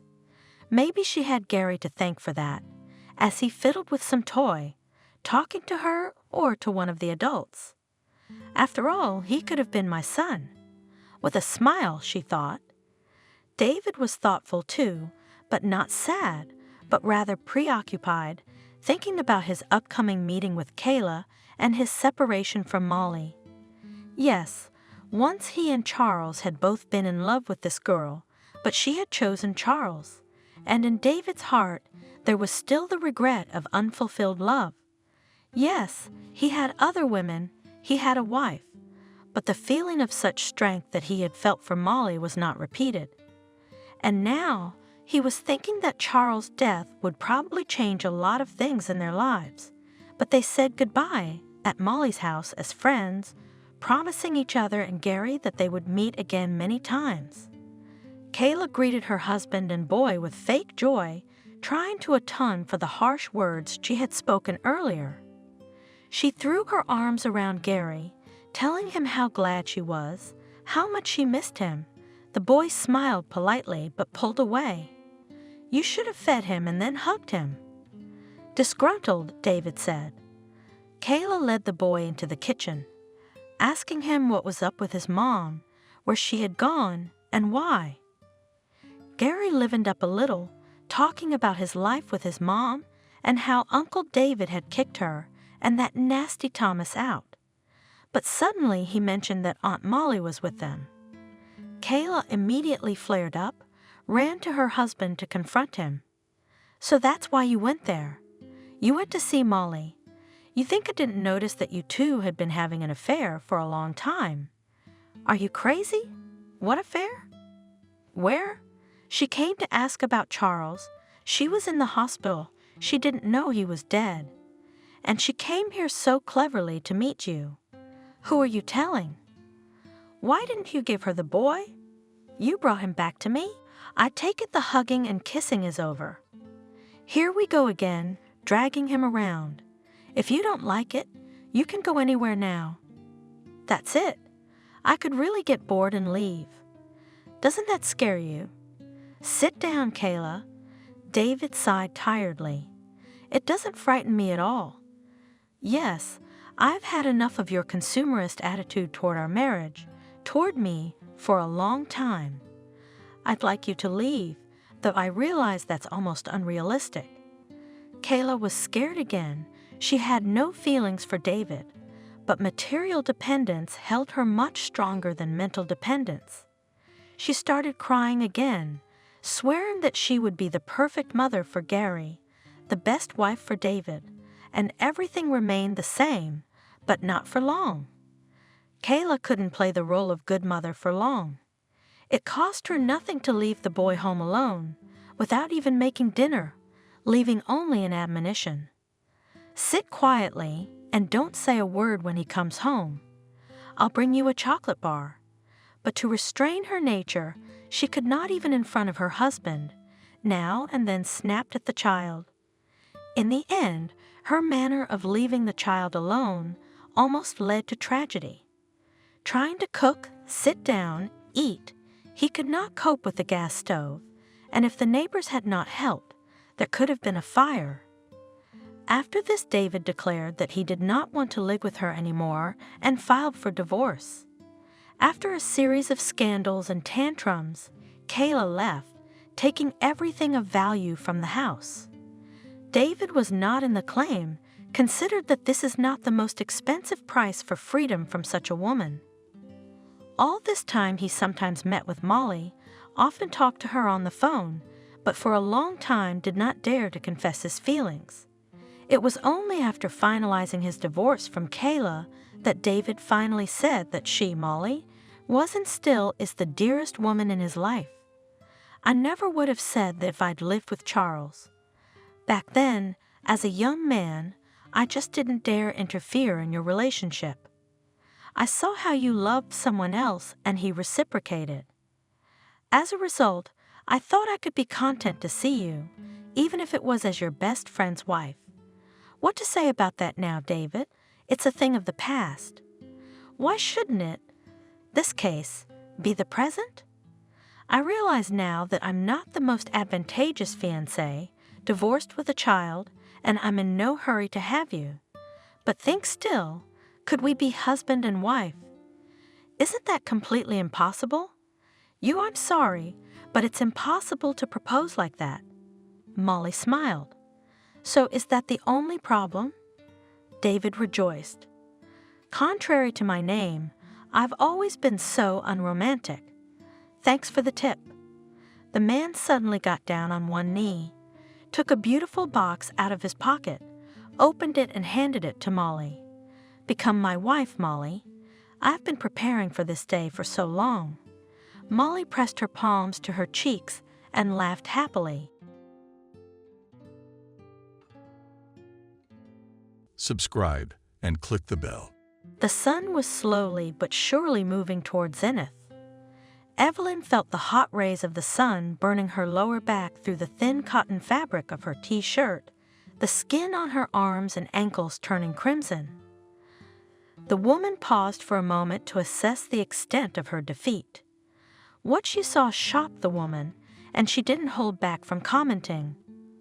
By evening there will be bubbles, and then the skin will go stocking slip. I just went out, and I'm already burned. Like most blondes, Evelyn was afraid of sunbathing.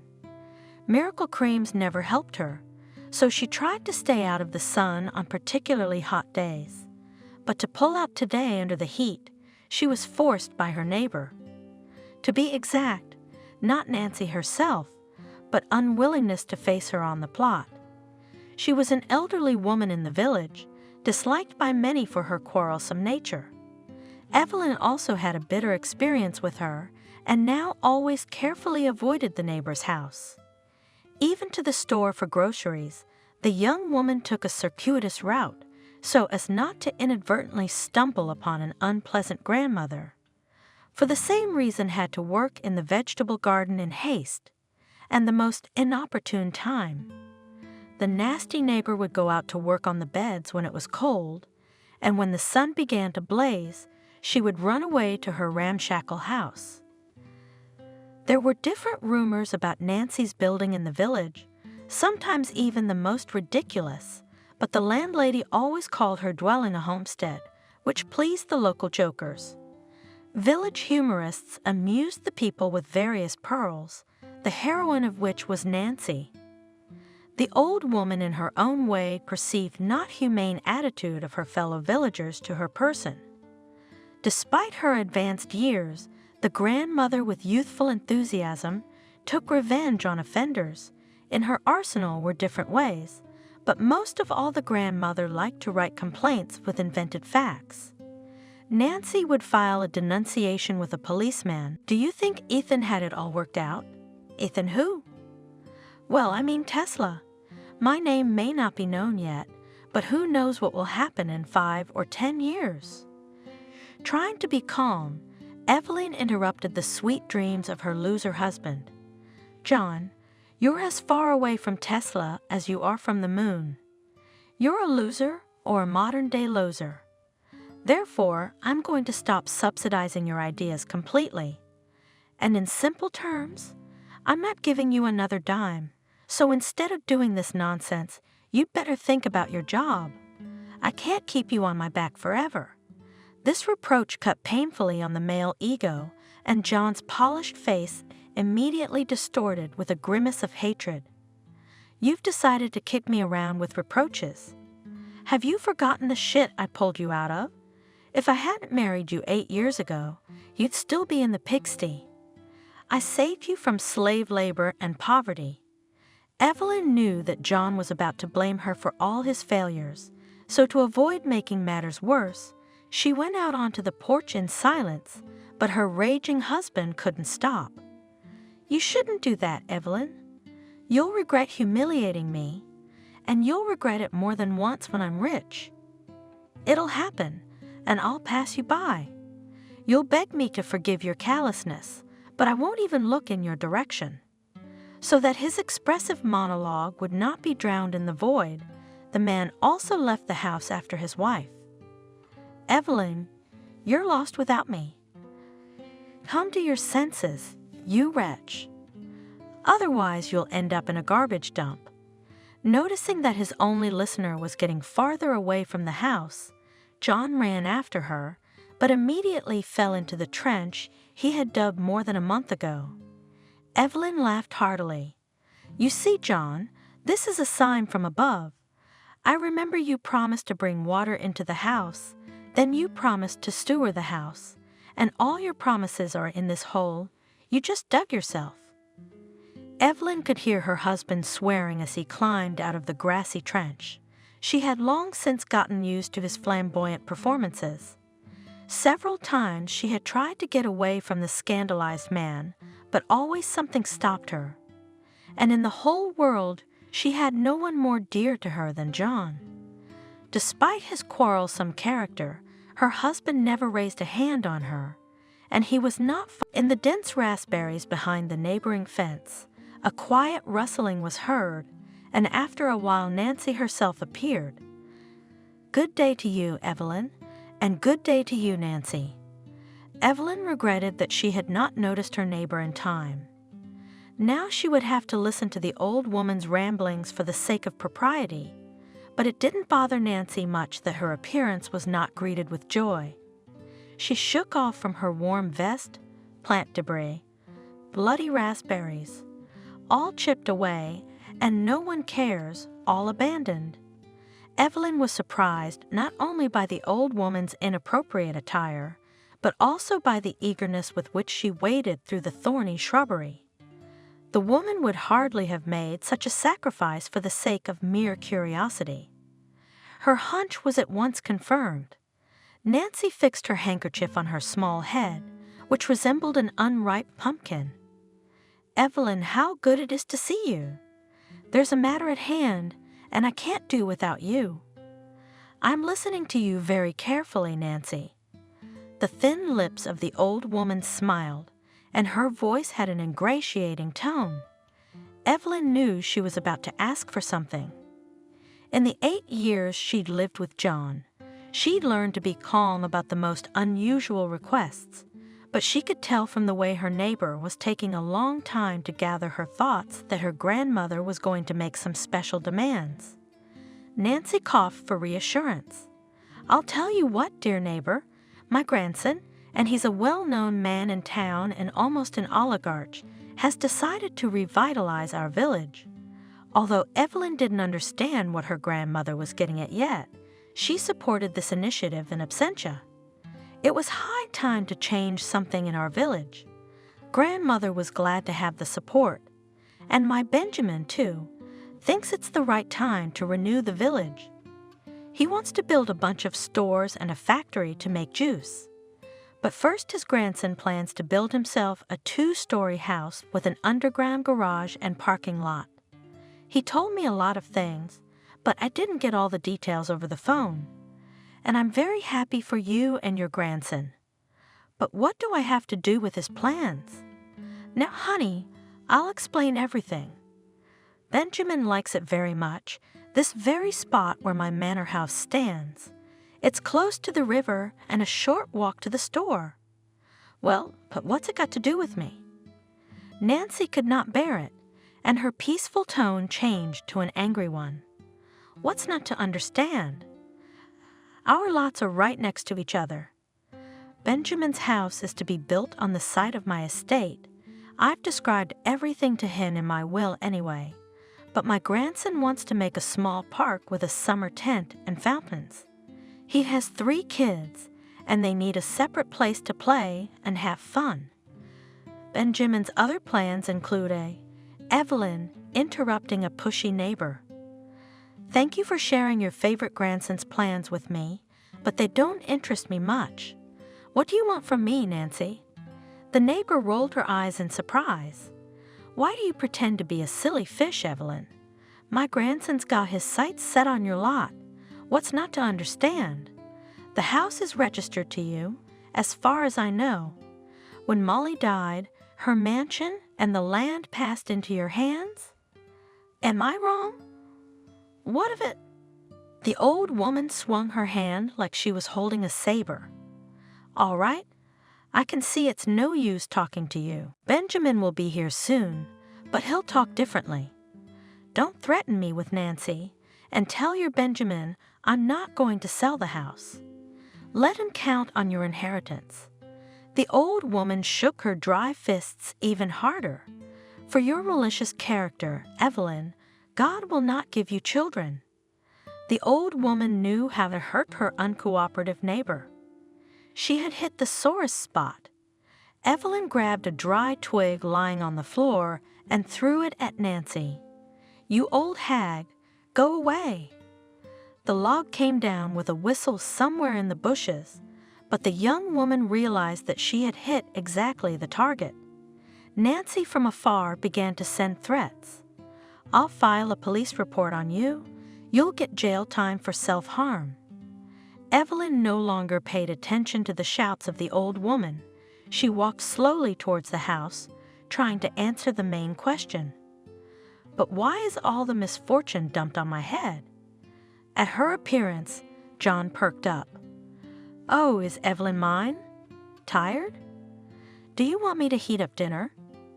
My husband acted as if there'd never been a quarrel this morning. He fussed in the kitchen, reporting on the work done. At first, I wanted to work in the garage, but then I thought I'd clean up the stain on the ceiling. Evelyn looked up. The problem spot was covered by a slanted piece of wallpaper of a completely different shade, but the husband was very pleased with his work. Wasn't that better? The woman was so tired from the noisy morning that she twisted her heart. "Yes, darling," almost imperceptible. The praise emboldened the man, and in his mind immediately activated a fantasy track. "Tomorrow I'll dig a trench, or I'll break my legs. It's unlikely we'll be able to bring water into the house this summer anyway. It's gonna take a lot of money. I will complete my project. I got a patent, and then you and I will live. We will go to the south." John noticed that his wife did not share his joy. "Evelyn, what's wrong? Is your back hurting again?" The woman often complained of lower back pain. Often she couldn't get out of bed for days. Then John treated her with ointments and even gave her injections himself, but now it was obvious that his wife was in a bad mood, not because of her back. "Just now, John, I had a fight with Nancy. The old witch has been ambushing me in her vegetable garden. What does she want?" Not her John, but her grandson. Briefly and in general terms, they want our lot in the house. John whistled in surprise, to which Evelyn immediately reacted sharply. "How many times have I told you not to whistle in the house? That's why we're always tight on money." "Oh, come on, all this superstition. Personally, I do not believe in any omens. You'd better tell me how much they're offering for our house." John looked at his wife with the look of a 5-year-old child who came to the toy store to choose something he liked. "By the way, I shared a desk with Benjamin for 3 years in junior high school. Then his parents moved to the capital. Our locals said that his dad had made it big, and that's the kind of guy who makes money. So it might be something to consider." Evelyn lowered herself gingerly into a chair. "John, are you serious? Or are you joking again?" "What jokes, Evelyn? We're being offered money, and that doesn't happen every day. Think of the prospects. I can finish my project, which in turn will get me a lucrative contract, and then, John, why are you always talking about yourself and your plans? This is my home, by the way, and maybe you should ask my opinion about it. And then have you thought about where we're gonna live if we sell the house?" The man looked at his wife with the same childish look. "I'm sorry, I didn't think about it, but we can rent an apartment or part of the house for a while." "All right, John, enough of this nonsense.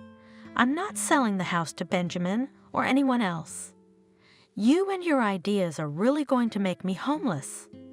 John remained standing at a loss in the kitchen with a ladle in one hand. The man was trying to understand how he could refuse to accept money that was coming his way. Not a week after the unpleasant conversation with Nancy, the village was blessed with the arrival of Benjamin himself. The entire small population of the village poured out into the street to pay their respects to the iconic personage.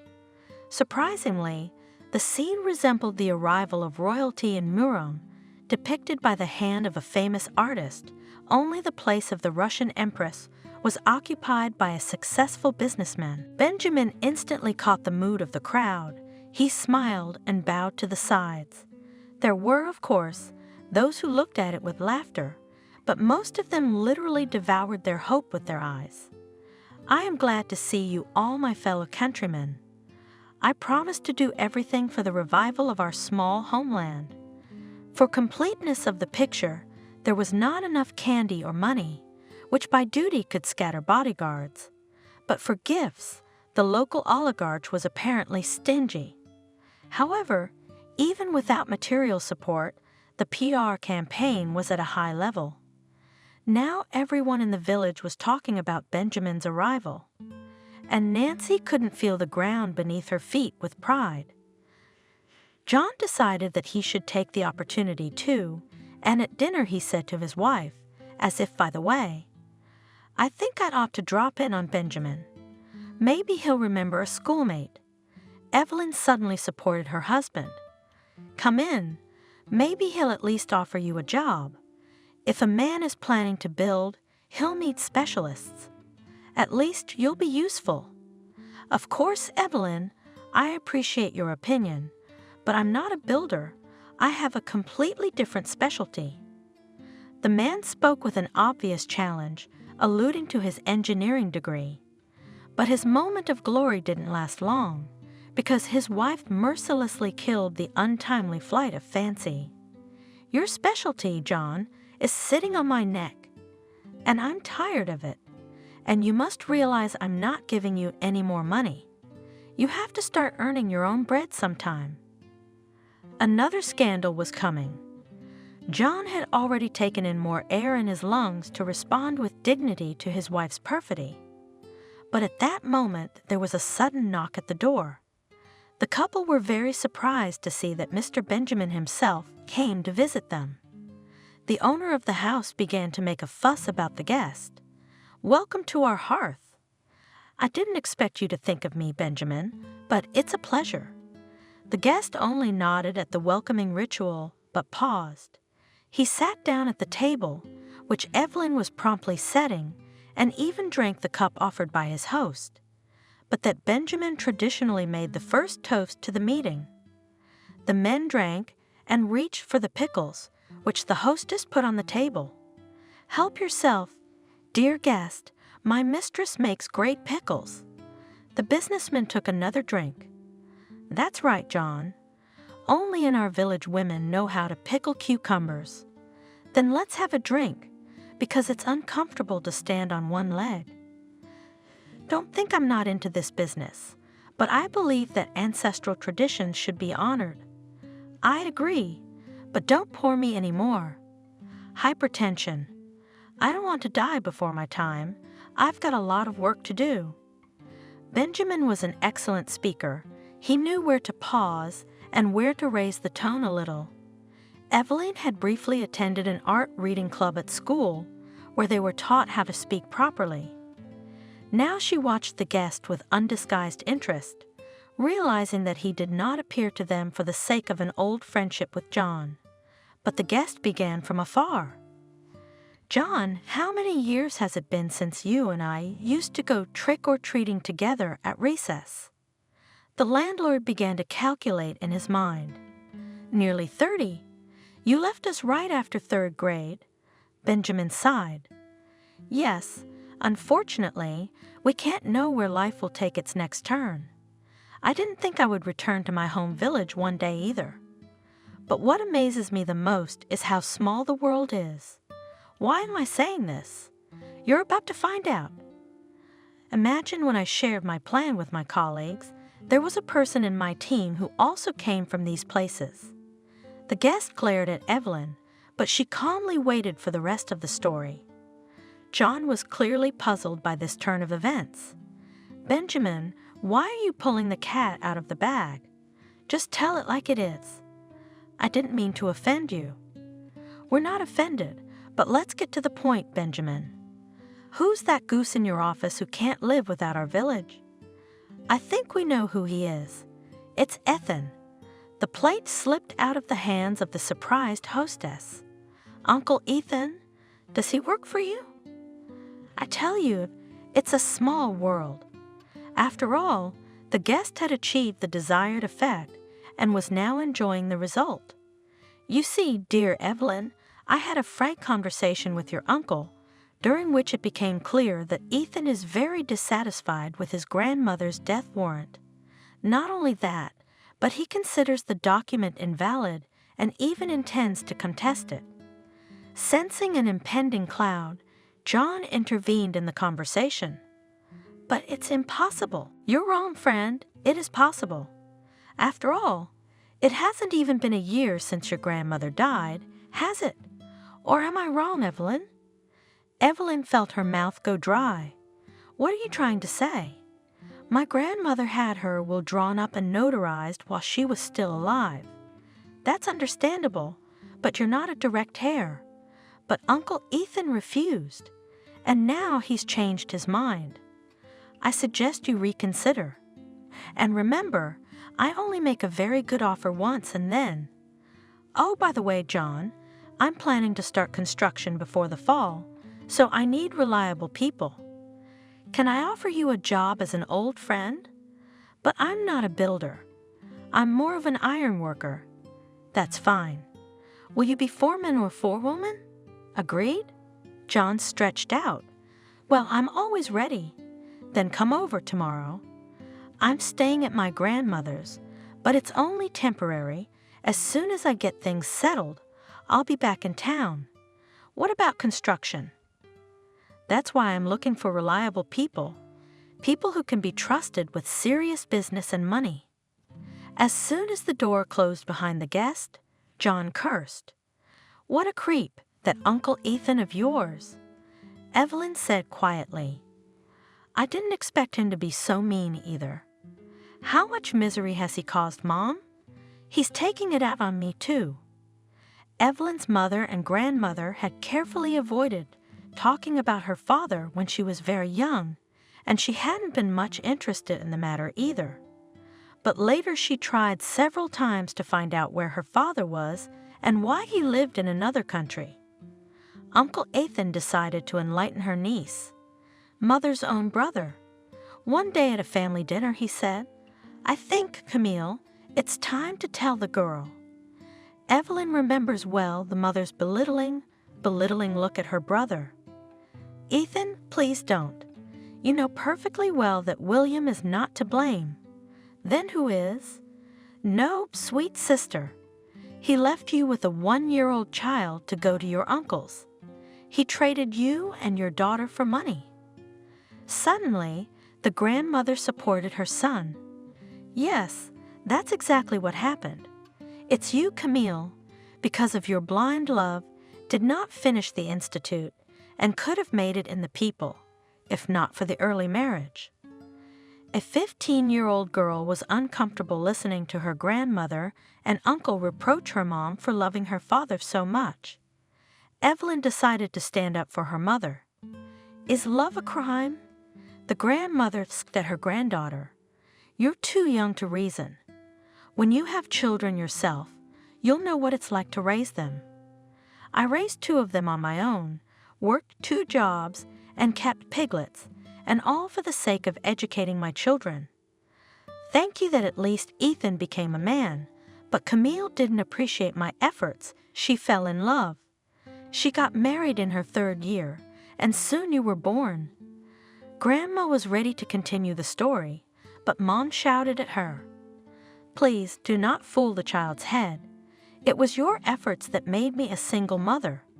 It was you, Mom, who then played a comedy with your illness when William came to fetch us. It was you who separated daughter and father. After this, the relatives began to shower at each other with reproaches. Evelyn was disgusted with them and ran away to a friend's house. And soon there was a misfortune with my mother. When she was feeding the pigs, and my grandmother had 8 of them, she was attacked by a wild boar. The woman screamed for a long time, but no one heard her. Only late in the evening, Grandma suddenly realized, Evelyn, where's Camille? I saw her come home from work, and then she disappeared. The girl found her mother unconscious. When the hospital x-rayed her, the doctors were shocked. Poor thing. She had multiple fractures, damaged internal organs. Mom was in the hospital for months. She had one operation after another, but she got weaker and weaker every day. Evelyn ran straight to the hospital after school and sat by her sick mother's bedside for hours. Lessons had to be done late at night. Grandmother visited her daughter only 3 times. I have no time to go to hospitals. If I don't feed them in time, they'll go to waste. And Evelyn, you'd be less likely to go there, just for 5 minutes, and that's enough. I can't do without a helper. One day, Evelyn couldn't stand the injustice. Grandma, aren't you ashamed? Mom is your own daughter, and you treat her as if she were your stepdaughter. But everything is for Uncle Ethan, and those pigs, and the damn boar that trampled on Mama. Everything is for him, too. The shocked Molly could not utter a word, and Evelyn cried and screamed with resentment. I heartily wish that boar would die. The old woman immediately came to her senses and slapped her granddaughter. I wish your tongue was dead. The boar weighs over 10 pounds. That evening, Evelyn did not come home to spend the night. She spent the night sitting next to her mother, whose condition had deteriorated sharply. The woman was falling into a restless sleep, then calling her. In the morning she asked, "Daughter, at home, in my album there are pictures where we are all together, you and me, and your dad. Don't believe it. He's a very good man. It's just that everything's worked out against us. If I get better, you and I will go to my dad. There's his address right to him." 2 days later, Mom died. Evelyn looked for the picture the dying woman had mentioned in the papers, but she couldn't find it. And then she forgot about that picture, because a completely different life began for her. Now all household chores fell on the fragile shoulders of a 16-year-old girl. After school, she would run home to feed the pigs and chickens. Then she had to weed the beds that stretched as far as the horizon. During summer vacations, when school friends and girlfriends went to the sea with their parents or vacationed in health camps, Evelyn did not unbend her back from morning till late in the evening. The list of her duties was enormous, and her grandmother made sure that every item was completed. Twice a year, Uncle Ethan came in from out of town. He would fill the car to the brim with groceries, and without hiding his pleasure, drive back. The hard labor took its toll on the girl's health. She was found to have a herniated spine, and later doctors discovered a problem in the female side. So John was right about one thing. He did spare her from slave labor when he proposed to become his wife. Molly took the news of her granddaughter's marriage in stride. She threw a tantrum. I'm everything to her, and she decided to throw me away. Ungrateful. The future son-in-law listened to these unfair claims and advised Molly to attract his son to hard labor. To the grandmother, this suggestion amounted to an insult, and she shoved John out the door. It was then that Evelyn first disobeyed her old grandmother and left home with her fiancé. At one time, they were staying with her husband's parents, where John's brother John and his family lived. About a year passed, and Molly showed up for a visit. The woman cried for a long time, complained about her fate, and then fell on her knees in front of her granddaughter and began to ask for her forgiveness. "Forgive me, Evelyn. Forgive me for everything. Since you left me, I can't find a place for myself. Please come back. Live with me at my place. I've used up all the livestock. No, I don't have the health to take care of animals." It was unbearable to watch the humiliation of a native person, and the young people returned to Molly's house. Grandmother behaved quietly, tried not to interfere in the family affairs of her granddaughter. She was often ill, and Evelyn did not leave her bedside for 24 hours, just like when her mother was dying.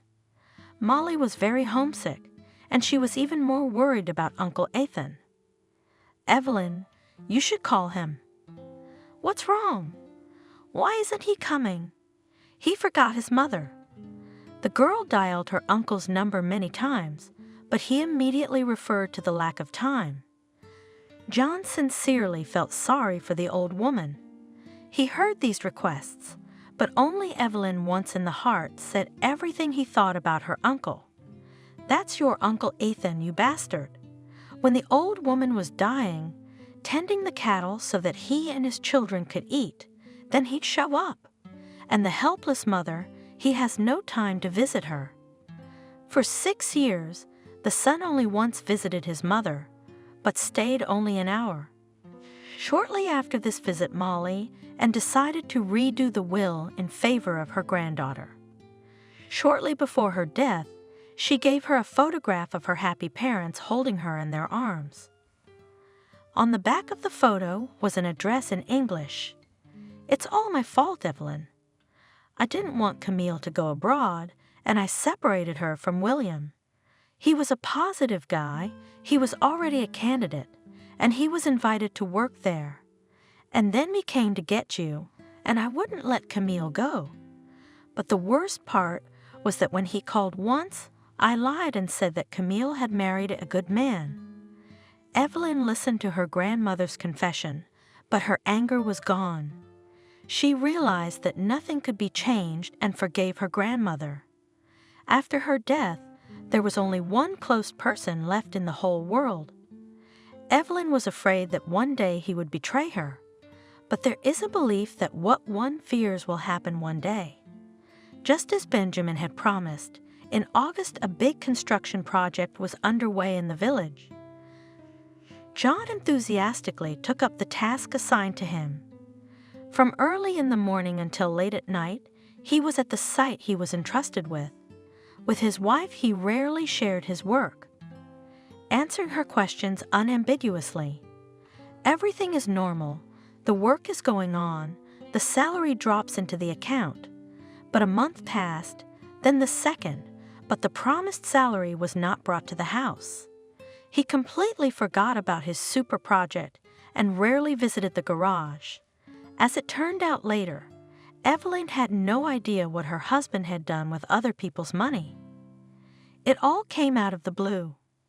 One day John came home earlier than usual, his face pale as chalk and his hands shaking. "Evelyn, I need money right away. Lots of money." The woman's heart sank in a premonition of bad things to come. "What's wrong?" That simple question sent her husband into a rage. For the first time in his life, he took a swing at her. "Why do you feign saintly naivete? I thought I told you in plain language that I need money, and it's urgent. Are you my wife or not?" Evelyn was silent. She was shivering, and her hands and feet were ice cold. At last she got over her excitement. "I too, John, asked you in plain language. What's wrong? I have a right to know. You're singing about your rights again. This is all your fault, sending me to work for that ashole. You don't have enough money. I think you're the one who's been stealing it from me. What should I do this time? Help me. For the last time, let's sell the Dan house while that bastard's offer still stands. Can you explain to me properly why this is so urgent? All right, look. I just got screwed again, and I've decided to temporarily divert some of the money Benjamin gave me for materials to another project. What was it? There was a lucrative venture, and I thought I'd invest in it for a nice dividend. But it didn't work out. I ran into some crooks, and today, as luck would have it, Benjamin demanded all the invoices. That's the story. Evelyn didn't want to hear from the man anymore. She didn't care anymore. All right, if we sell this house, or if Uncle Ethan sues us for it anyway, where do you think you're going to live?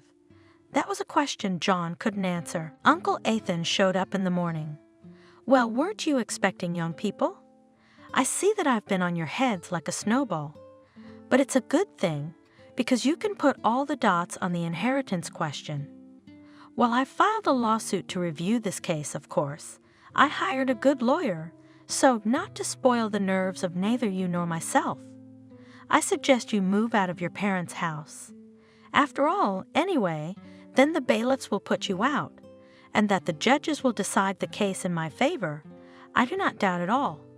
I'm the son and Evelyn is the granddaughter. The law is on my side, and the fact that my mother made a will before she died, she wasn't in her right mind. I've got the certificate. In short, I'll give you 24 hours. Uncle Ethan left. Evelyn began to pack her things. John asked in surprise, "Where are you going? wherever I want to go. What about me? Don't you realize that Benjamin will roll me for money?"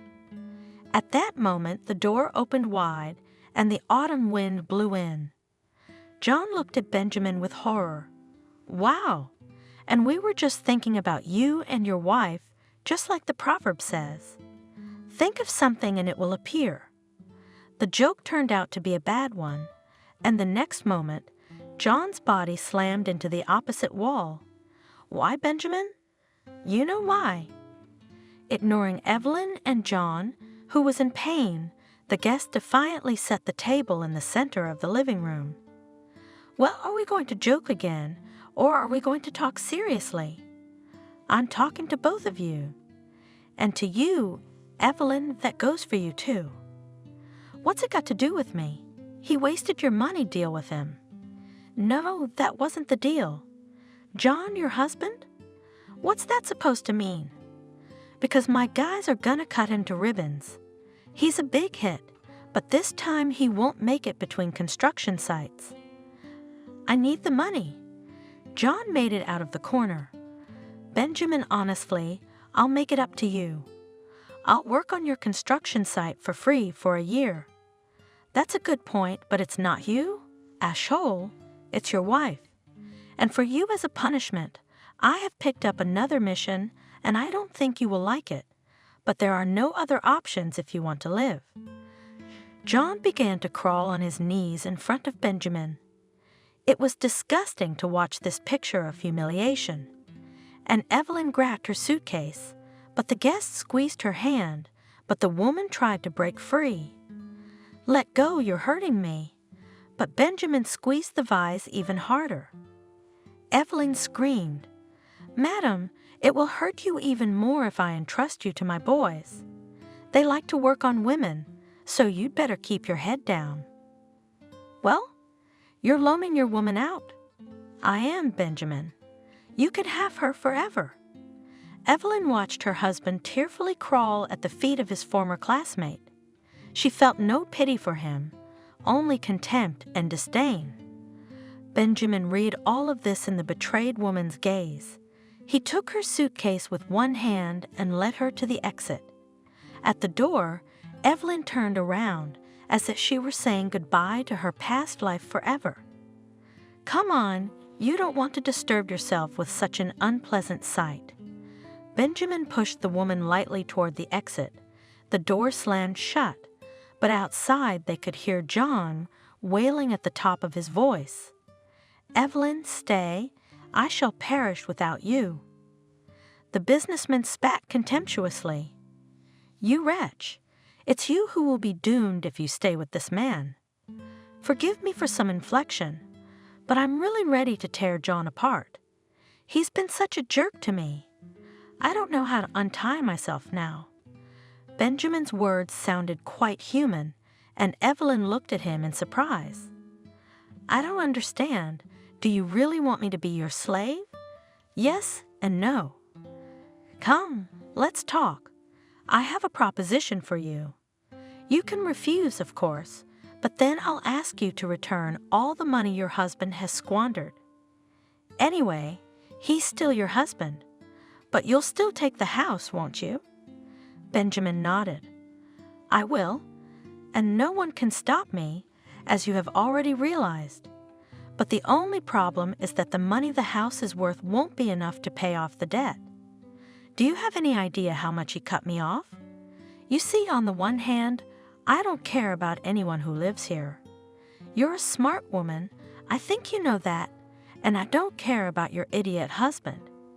The fact that I'll give him a chance is a big deal for you." Benjamin stopped in front of his car, opened the door for Evelyn. "You all believe in miracles here in the village. Miracles don't happen. In the city, they would have killed the whole family for that amount of money, and I'm talking to you." He put Evelyn in the car. They drove off. Evelyn felt her heart pounding. "I want to tell you right away, Evelyn, if you think about running away, your John will be totally screwed. So a man's life depends on you." Evelyn understood now. So sorry, so sorry. "And what should I do?" Most importantly, for how long? How long, I haven't counted it yet. It all depends on your work, but what to do now you'll see. They drove to the edge of the village. There was no way to see it from the village, and now Evelyn was numb. It had changed completely in a matter of months. Huge greenhouses stood in rows, apples and pears were planted, and some other trees that were unfamiliar to Evelyn. A large wooden building stood a little to the side. Here, someone should be in charge of all this, not only to work, but also to make others work and to be responsible. Do you understand, Evelyn? Not really. But look, you'll do a good job, and everyone should do a good job, and I'll be there to watch. And if you don't do a good job, the debt won't go down. And if the debt doesn't go down, you'll have to work here for a long time. Only now Evelyn realized what a trap she'd fallen into. And John will work off the debt too, won't he? Benjamin laughed. No, Evelyn, your husband's as useless as a goat's milk. Not only is he an idler, but he's also a thief. So you, and only you, will repay the debt. But that's not fair. Evelyn almost cried. Where have you seen justice in our world, Evelyn? Besides, you heard yourself that your husband gave you to me for debts. I'm going to the police. The woman grasped the doorknob with determination.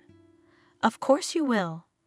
I've got plenty of testimony about how you and your husband cleaned me out together. Believe me, for that amount of money, you two will go to jail for a long time. You're such scum. Benjamin laughed again. I have to agree with you there. If I wasn't trash, I'd be living, like you and John, in utter poverty and dung. Shall we go? I'll help you carry the suitcase. They came to a wooden building.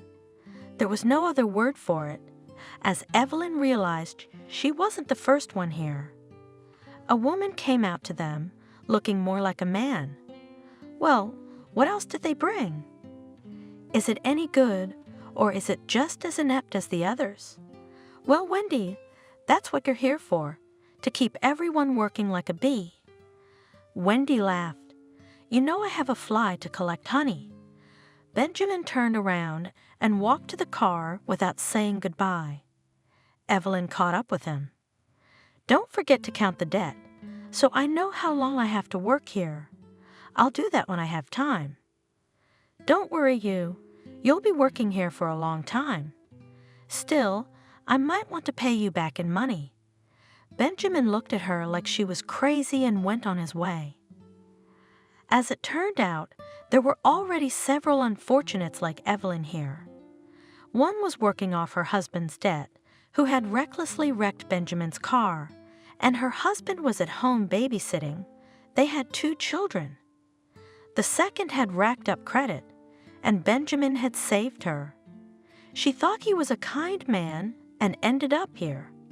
In fact, they were all here voluntarily, well, or almost voluntarily, because if any of them left, quit their jobs, the problems would pour in like a cornucopia. Benjamin didn't keep anyone by force. You could go home, you could go home. True, Evelyn didn't have a home. She got out a week later, wanted to show John what her hands had become and spit in his face.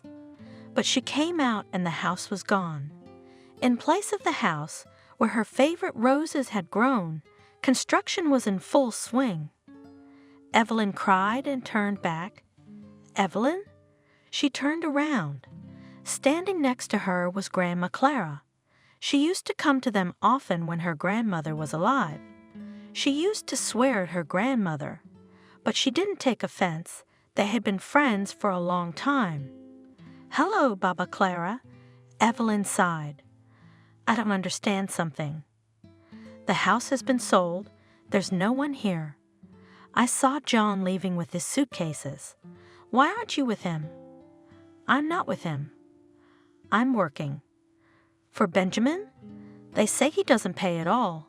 He's trying to cheat, or are people lying? She waved her hand and cried, What are you, a girl? Tell me, what happened to you? I haven't seen you in 6 months, and already you've changed so much." Evelyn and Grandma Clara sat down on the grass, and Evelyn told her everything. She knew she couldn't help her, but she felt a little better. The old woman shook her head. "I don't know who's the bigger bitch in this situation. You're John or Benjamin? But Benjamin is understandable. He grew up to be a bastard from a young age. But John, I'd kill him." "It's all your fault, Evelyn. You should have sent him to work, not let him eat. Where have you seen that?" A big forehead sitting on his grandmother's neck. Baba Clara spat and sat and thought, "That's it, Evelyn. You should look for your father." Evelyn looked at Clara in amazement. "And you know about him?" "Well, who doesn't know about him? But if you're younger, but William was a good guy. Molly, she's such a bastard. She looks like Benjamin. What's she been doing with this farm all her life? She's got herself a golden coffin or something. She couldn't let Camille go, not out of love, but because someone had to look after her farm. It can't be, Grandmother said. She just didn't want to part with us." Clara waved her hand. "You can think what you like, of course, but I knew your grandmother much better than that. Never needed anyone for her but her Ethan. God damn it, every man is a piece of shit. Maybe we're in an abnormal zone here." Clara wondered. Evelyn smiled. Clara's grandmother had always loved everything unusual and otherworldly. Her daughter fought with her as much as she could. Twice they extinguished the house, because Clara lit candles from the evil power and forgot about them. All right, we managed. Once my daughter wanted to heat the stove. The frosts were fierce then. She opened the flap, and instead of a place to put firewood, there was a fresh brickwork. It's good that she didn't have time to grasp it. They broke it, and Clara too. She was making a hole in the world. Grandma was good at everything, but if something got into her head. The old lady never saw Evelyn again. She quickly got up, looked around, and authoritatively declared to herself, "That's right, abnormal. We must save the world." She walked briskly into the village. Evelyn sighed. "Yes, you'll have a hard time with her. Who knows when she'll get it into her head?" When Evelyn returned, the neighbor was lying on her stomach, texting on her laptop. "Lisa, listen, is it real, for example, in the same social networks to find a person abroad?" "Of course it's real. Why do you ask? Did you find a rich relative who is ready to pay for you?" "Oh, come on. I just wanted to try to find one. So let's try. I've talked to my folks. I've cried, so I'm free. How much longer?" 2 months, and then I'm free if I don't get any more fines." Evelyn sighed. By her calculations, she'd be working here for almost a year, and that was if there were no fines, and fines came very quickly. She pulled out a picture, showed it to Lisa, who started typing something quickly. "Look, there it is." Evelyn's palms were sweating. "There's what?" "A man with that name." "Evelyn, look, he's online." "Lisa, don't speak in riddles." "Well, he's online now." "Come on, what should I write him?" "Nothing, are you crazy?" "No, what do you mean you don't text him? You need him for something." Evelyn remembered John, remembered her home, her whole life, and gave up. At least it's an outlet. "Write hello, William. This is Evelyn, Camille's daughter." Lisa chuckled. "You're like a letter from the front." "Lisa, I'll be quiet, I'll be quiet." "Oh, look, I read it." "Aye, she hasn't said a word yet. Probably won't answer." Evelyn lay down and was just about to doze off when Lisa pushed her. "He did. That's a hell of a thing to say." "Well, read it, and I'm going to go have a smoke so I don't get in the way." Evelyn looked at Lisa gratefully and sat down in front of the laptop. She read the words, wiped her tears, reread again. Lisa returned and saw Evelyn all in tears. She sighed. "That's what, Mother. The laptop is on your bed, and I need to sleep. I don't want to get it tomorrow." "Don't stay up too long. You have to work tomorrow, too." William apologized for not convincing Camille to go against Molly's wishes, for being resentful and not letting on for years. Then work got in the way, one thing and another. When he woke up, he decided he didn't need him anymore. Camille's been married a long time, and the daughter probably calls that man Daddy. Mom had never been married, not even one day. William was silent for a while. Evelyn thought he would never answer again. "I had the thought, but then I decided that no matter how cruel Molly was, she wouldn't lie like that. So she did. Do you have a wife, kids?" "Evelyn, you don't have to tell me. I have no one. I tried to get married. I lasted 6 months twice, but I called my wives, Camille. And then I stopped trying. And God didn't give me children. I mean, He did, but I lost them. But it's not your fault, is it?" Another long pause. "It's my fault. It's always the man's fault, because he should be stronger, wiser, smarter, you know? It's all my fault. And now I'm dying.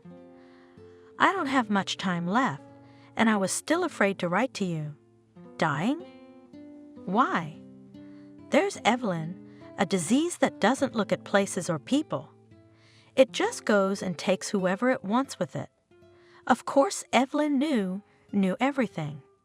She felt tears running down her cheeks. It was so hurtful, so painful to realize that she had just found her father and wouldn't even get to see him. "Evelyn, why don't we video call tomorrow?" "Oh, I don't know how to do that. If Lisa says it's okay, she'll help you. So that's not you in the picture." "No, of course I'll ask her. See you tomorrow." Evelyn has been getting reprimands all day. She got so many fines that Lisa couldn't take it anymore. She was waiting in the greenhouse next to Evelyn. "What's wrong with you today?" "Lisa, you see, that man you found yesterday, he's my father." And Evelyn briefly told her the story of her family. Lisa exhaled. "Wow, I'm sorry. Your family is a mess." "Evelyn, so maybe he's rich?" Evelyn stared at her with an uncomprehending stare. "Even if he is, which I doubt, so what?" "So what? He could just pay off that creep, and you'd be free." "Oh, Lisa, you say that too. A man dies and I have to ask for money? We've never met. What's the big deal? You're so interesting, you're used by everyone, and you can't." "I won't. If you'll let me, we'd like to talk on the video conference today." "Oh, you're such an idiot. Tell me, of course. What do you want me to do?" As soon as my father saw her, he cried, "God, you look just like Camille. How is she? Mom's dead." "Dead? And Grandma?" "She's gone too." They talked for almost an hour. Then they said goodbye. "They're putting me in the hospital tomorrow. They won't let me die in peace. And then I'll write to you again." "All right, I'll be waiting." When a crying Evelyn returned the laptop, and Lisa asked, "So did you tell him about your life?" "No, why?" "You should see him, he's so sick." "Oh, Evelyn, oh, stupid." Evelyn fell asleep almost immediately. She woke up in the night and saw Lisa sitting on her laptop. She even asked, "What's wrong, what?" Lisa jumped up. "What?" "No, the kid has a fever. Go back to sleep. I'm going to bed too." And the workday began again. Evelyn learned to ignore the pain in her back, learned not to look at her bloody hands. She just worked and counted the days. What was the use of counting them? 5 would be taken away, 2 added for fines. Benjamin showed up from time to time. He seemed to take a special pleasure in humiliating Evelyn, probably because she was a native of the village where the Oligarch himself was born and almost grew up. "Evelyn, You don't look so good. Admittedly, when you lived with your husband, you looked much better. But although it's probably much better to live like behind a stone wall," and he chuckled at his own joke, Evelyn was silent. She wanted to slap his fat face, but she knew she couldn't. A week passed, then another. Every night when Lisa opened her laptop, Evelyn looked at her questioningly, but she just shook her head. Evelyn's father was no longer online. The day came when the disgruntled warden gave Lisa her papers. Everyone came out to see her off. Lisa took Evelyn aside. "I'm sorry. I'm probably the reason your dad hasn't been in touch anymore. But you know, to me, it's better than no father at all." "I don't know what you mean." Evelyn looked at Lisa and really didn't understand anything. Lisa sighed. "The day you talked to him, I texted him back, and I told him all about your story, about your debt, about your husband, about everything. And he said he'd help, and then I guess he changed his mind." "Lisa, why?" Lisa shook her head. "Because, is he a father or not? He's never helped you once in his life, and now he can. You may or may not be offended, but I think I did the right thing." Lisa left and Evelyn returned to her room lost. Now, even if her dad does show up online, she won't know about it. Well, then it's not fate. 7 more months ahead, no time to think and dream at all. Just before Christmas, when the main job was over and the new one was just beginning, Evelyn decided to go to the store. She had nowhere to live, of course, but Christmas is Christmas. Even the warden had gone home for the weekend, though no one could believe she had a family at all. At the store, the clerk crossed her arms when she saw Evelyn. "Evelyn, you?" "I'm Kathy. Why are you looking at me like I'm a ghost?" "Well, Evelyn, no offense, but you've aged 20 years. "I know, Kathy, I know. Why don't you sell it to me quick before somebody else does?" "Yeah, sure." Kathy ran around the store, picking up what Evelyn was showing and talking nonstop. "What, do you work for our tycoon?"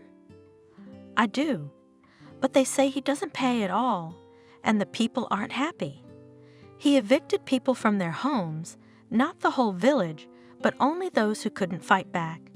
And he's ruined everything with his construction." Evelyn grinned. It can't be. Remember how they greeted him, almost throwing their hats in the air?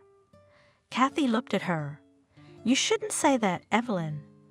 People really thought the village would be revived, but now it feels like he's a landowner and everyone else is a serf." Evelyn was silent. She knew what serfs were like. "Did you hear yours?" Evelyn was on her way out, but stopped. "Yours is playing in town." "Huh. Well, he lost a lot of money. They say he was beaten up for his debts, even hospitalized. And then our people met him. He said he was getting married. An old woman, but rich." Evelyn laughed. "Oh, John, he wants to ride a crooked mare to heaven." The mood lightened a little. Evelyn took the road she had not taken in a long time, so as not to see an empty place instead of her home. But the place was no longer empty. There was a new house, which was made under the old. She stood for a while and went on her way. She didn't even notice how a figure separated from the house and followed her. "Excuse me, could you please tell me how I can find Evelyn?" She stopped. She didn't know this man, and she'd never seen him before. In fact, he was kind of strange and dressed differently and had a fashionable haircut. "I'm Evelyn. Who are you?" "Oh, for some reason I thought it was you. You look just like your mom." He pulled out the exact same picture she had. My heart sank. "Who are you?" "My name is James. I'm your father's executor." Now Evelyn realized what confused her the most. Was this man pronouncing words too correctly, like a speech therapist or a foreigner? Is there somewhere we can talk, but out of sight? I take it we don't need eyes on us just yet. Well, if only on the shore, where the kids go in summer, but now there's no one there. They walked to the river. Evelyn shook the snow off the bench and sat down. What are you doing? The bench is cold. She smiled. I can't stand. My back really hurts. She pulled her hand out of the mitten, and the man rounded his eyes when he saw her bruised, haggard hands. Why are you like this? Evelyn quickly hid her hands in the mittens. What did you want to talk to me about? Is Papa dead? Yes. William passed away 2 months ago, but in the hospital, in the presence of a notary, witnesses, he gave clear orders regarding you. We never got a chance to talk, to sit down. Evelyn wiped away a tear. What orders? The man sat down beside her and opened the folder. The orders are very simple. William instructed me to give you everything he had. I suspect you won't agree to go abroad. He sold everything he had there 2 weeks before he died. All the money, all the assets and more are now yours. I, as his advisor and assistant, will stay with you for the first time. I will help you, so that no one will cheat you, so that you will be able to invest the money profitably. As soon as you understand everything, I will be able to leave you. I'm aware of your problem. The first thing I suggest is that you pay off your debt, which will cause a lot of trouble for the person who dumped it on you. The second thing is to get a good night's rest and a good night's sleep, and only then do business. Evelyn stared at him in amazement. Money so much that it's enough for a debt. The man smiled. Your money is enough to pay 1,000 such debts. He couldn't stand it, he laughed. You have such a face now. William was a very wealthy man. His work was insanely valued, but he was far from the richest. So how do I get in touch with this man? Through the warden. James's eyebrows flew upwards. I'm sorry, I must have misheard you. Evelyn laughed now. Oh, now you should see your face. Let's go down the road and I'll tell you all about it. Tell me, is English your first language? Oh, my grandmother. James told her a whole story about how his grandmother had once fled America, but made her children and grandchildren speak only English at home. By the time Evelyn finished her story, they had reached the wooden structure where Wendy stood with her arms at her sides. What's up, Queen? Another fine. Evelyn wanted to start making excuses, as she usually did, but James stepped forward. I beg your pardon, who are you? Who are you? I'm Evelyn's attorney. I'd very much like to speak to the man to whom Evelyn allegedly owes money. Wendy, who hadn't even had a chance to change out of her city clothes yet, reached into her pocket for her phone. I'll call now, of course. Lawyer. Well, that's funny. Please tell Mr. Benjamin to grab his lawyer or notary. Only in the presence of 2 persons, we will transfer the debt to him. Wendy already looked at James in amazement and stepped farther away to explain to the owner what was the matter. The girls came out of the outbuilding. They looked at Evelyn with envy. She gave them a hug. Don't you think I'm not leaving you? James says he will take Benjamin at once, and very soon he will be where he ought to be. The girls sighed, hugged Evelyn, and asked her to come and see them, even if it didn't work out. Benjamin arrived an hour later. In that time, Evelyn and those who worked with her had time to decorate the Christmas tree in the yard. Strangely, Wendy didn't even chase the others away to work. She sat and quietly pondered whether she should run away already or whether she could still work. Who's so wealthy around here? James stood up. Good afternoon. I'm Evelyn's attorney. She'd like to pay you some money. You, in turn, must give a receipt and write that you have no claims against her. Oh, I can't believe it, Evelyn. Are you a foreigner or something? That's right. I was Evelyn's father's attorney and trustee, And now I'm helping Evelyn with what's called an inheritance. And the big inheritance. Benjamin's smile faded a little. He remembered those conversations from his childhood, when adults had said that Evelyn had a father abroad, but no one knew for sure, and it turned out to be true. The inheritance, apparently, is not bad at all, since even from there the man flew. After 2 o'clock, Benjamin, sweating, looked at the departing couple. The man who had come with him said, "Oh, Benjamin, the guy is very competent. He can twist this receipt so that you will not feel bad. If I were you, I'd wrap it up real quick and sit tight." "No way. I was not born to be told what to do by Benjamin." The man shook his head. "Well, that's for you to say. It's my business to warn you. And yes, and I'm sorry, I can't work with you anymore. I don't feel like sitting down for company." He got into his car and drove away quickly. Benjamin turned around and saw the women who worked for him, or rather worked off their debts. "What are you looking at? You can leave, but only temporarily. Whoever wants to can continue working. The salary is twice as much." After 20 minutes, he and Wendy were the only ones left. Wendy took out a travel bag. "You, Benjamin, have calculated me. I'm going too." He looked at her angrily. "Well, you'll get around. You have to work, and you're running away." "Well, I'll get by. I think the journalists in our town would be very interested to hear me." Wendy laughed. She very rarely laughed, and rightly so. Her laughter was like the bleating of a goat. Benjamin threw a wad of money on the table and walked out. James brought Evelyn to the most beautiful hotel in town. "This is your room." "Mine is across the hall. You get some rest and sleep, and I'll be there, say 5 o'clock. We'll order dinner, and I'll give you everything. And then we'll figure it out as we go along." Okay.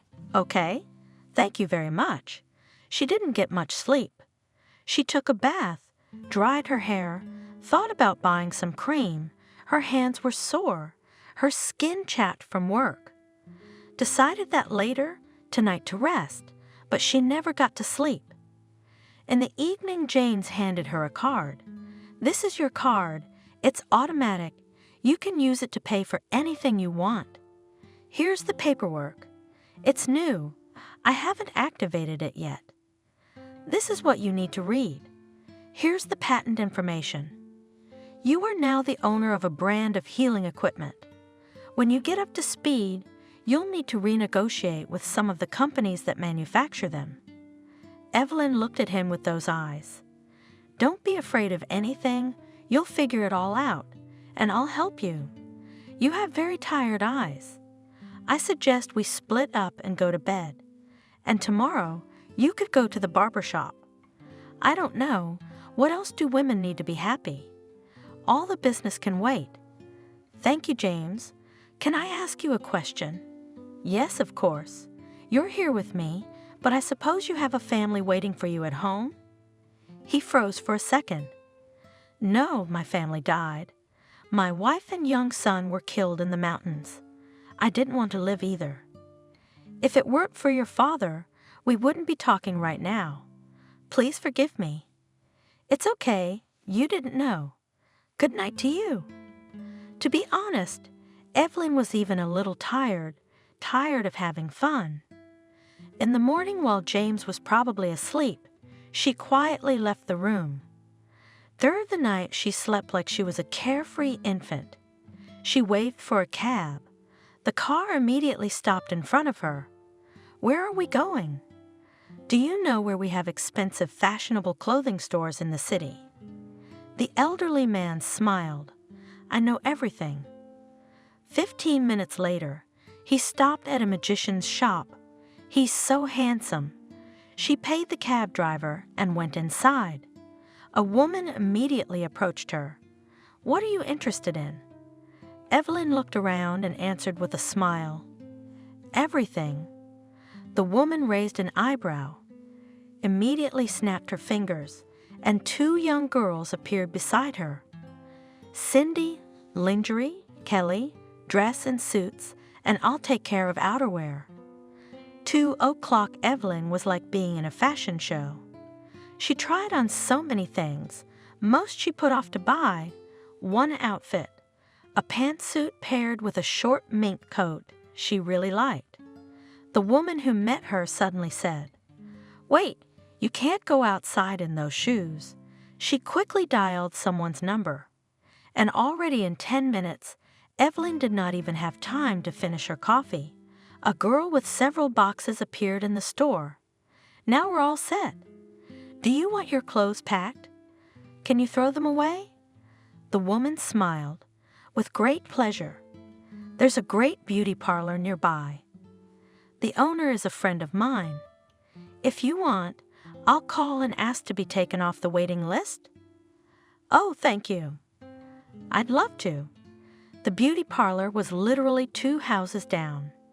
Next to the entrance to the salon where the grocery store entrance was, Evelyn smiled to herself.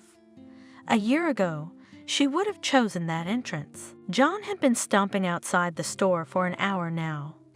What kind of person was Miranda? She'd gone to get something nice for dinner and had been at the store for an hour. On the one hand, it's good, because I don't have to listen to her stupid jokes and endure her endless touching. On the other hand, I can't leave. Miranda already bought him a car. It may not be the most expensive, but John's never had one. And she promised that if he behaved well, she'd pay off his debt. It wasn't a huge debt, but John had nowhere to get it, and they could beat his head off for it. So he was on his best behavior, trying to do his best. "John, are you there?" He turned around sharply. Oh, how he hated unexpected meetings with acquaintances, because most of them owed him money. "Kathy?" "Hi." It was just the clerk from the village store. "You didn't come to the city from your village, did you?" "Yeah, I did. I need to pick up a few things." "Yeah, there's nothing in the village." Kathy took a look at the car. "I see you bought a car." John grimaced. "Oh, don't. Evelyn works there, and you're so bad." "It's not my fault Benjamin picked it out." Kathy raised an eyebrow in surprise. "I wasn't going to. And Evelyn's not working. She paid that Benjamin, and she's free to go. In fact, her lawyer made such a mess of it that he shut his company down in a flash." "Kathy, are you confused?" "What's her lawyer?" "Where from?" "Oh, you probably don't know anything. Evelyn's father turned up and died. And he lived abroad. He was a millionaire, even more. So now Evelyn is the heiress to the whole fortune." "You're lying." "I didn't think so. The women who worked there told me that her lawyer said she'd put everyone in jail and buy them all." Kathy was pleased with the effect it had. Of course, no broads had said anything, but let the creep know. Kathy went about her business, and John wondered, what does that mean? His wife is like a cheese and butter, and he has to live with an old woman to get by on a trifle. It's not right. What we need to do is this. We've got to get back to Evelyn. John's mind was already churning with the most fantastic ideas. He turned around and became numb. A cab that had stopped nearby was being driven by a woman. Or rather, it wasn't a woman, it was a queen. Expensive fur coat, hairdo, high-heeled boots. John rubbed his eyes. No, there could be no mistake. It was Evelyn. While he was thinking, the cab drove off, taking his wife with it. "Oh, you weren't lying, Kathy." Before he could think, a shrill voice came from across the street. "John! John, why are you standing there like a statue? Or do you think I'm going to carry the bags myself to feed you?" John jerked and turned around. His Miranda was standing on the front porch of the store. Fat, 15 years older than him, wealthy, as he now realized, Very relatively wealthy Miranda. What are you looking at? Get the bags. John saw how passers-by paid attention to them, how they smiled. He moved towards Miranda, walked over, pulled out his car keys and threw them at her. Fuck you. Find yourself another asshole. What? You've got some nerve. You won't get a dime. You can get your ass cut off in the back alley for debt. But John was already striding down the street, thinking how he could find out where Evelyn was. Certainly not in the village. She's got nowhere to live. Oh, I should have asked Kathy more. John had to go to the village. He even had to spend the night at a neighbor's house. But in 3 days he had gathered all the information he needed. The only thing left was to borrow money for flowers. He couldn't go to his wife empty-handed, could he? Evelyn studied the papers. For the past hour, she had been familiarizing herself with the techniques that helped people get back on their feet. It was confusing at first, then interesting, and by the end of the reading, she was sure it was a real miracle. She had even read many testimonials when even those who were considered hopeless started walking. I mean, it's so necessary, but I understand it's all just overseas. Yes, there is something like that here, but only in the capital. Evelyn thought for a moment. James, correct me if I'm wrong, if such a hospital is located in nature, but, for example, in our village, it would be more useful, wouldn't it? The man smiled faintly. What can I say? Well done. Immediately grasped the essence, all thought out. Of course, you see, without walks, sunbaths, and all that, the treatment is much longer. It's a pity Benjamin took our village. We have such nature there. You know, Evelyn, you and I are alike after all. I really liked it there too. Everything is so real, so natural, isn't it? And Benjamin, perhaps it's time to take care of him. You know, to free the village from his yoke. Is that possible? Nothing is impossible in this world, especially if you have money. By the way, I've looked at the location of the houses. It would make a great hospital, where the strongest of the world can improve their health. And that's money, and that's a lot of money, and that's jobs. James, if we do it, we'll be the biggest smarties of all. He smiled. After Evelyn had returned from her girls' camping trip, he had not recognized her at first. When he did, he was confused. She couldn't have been that beautiful. When he realized she could have been, he finally died. Now the most important thing was not to show her how he felt about her, because it would turn out that he had come along with the money to the Harris. They discussed some details, and James went to his room. The phone rang. Evelyn, there's a man here asking for you. He's dying to see you. Who? It's your husband. My what? My husband. I'll be right down. You can't let him in here. She left the room and ran into James. Evelyn, your face is gone. What happened? Nothing, I'm fine. And she walked briskly toward the elevator. James stood for a moment and followed. What's going on? He's supposed to be guarding her. He immediately recognized the man who tried to hug Evelyn. She pushed his arms away. John, what do you want? How dare you show your face to me? Evelyn, I'm your husband. This is a temporary thing. I've already filed for an annulment. What annulment? I'll show you. The sound of breaking glass rang in John's head. No, he won't give up his dream. Evelyn is his wife. When he dresses up, he'll look cool too. He won't invent something so simple. He'll invent something worthwhile because they have money. Evelyn, you just don't realize what the future holds. What future? Do you want me to tell you? I don't. And don't even come near me. You're nothing but trouble, John. Learn to live on your own. I don't get it. Are you serious? Yeah, I'm dead serious. John grinned wickedly.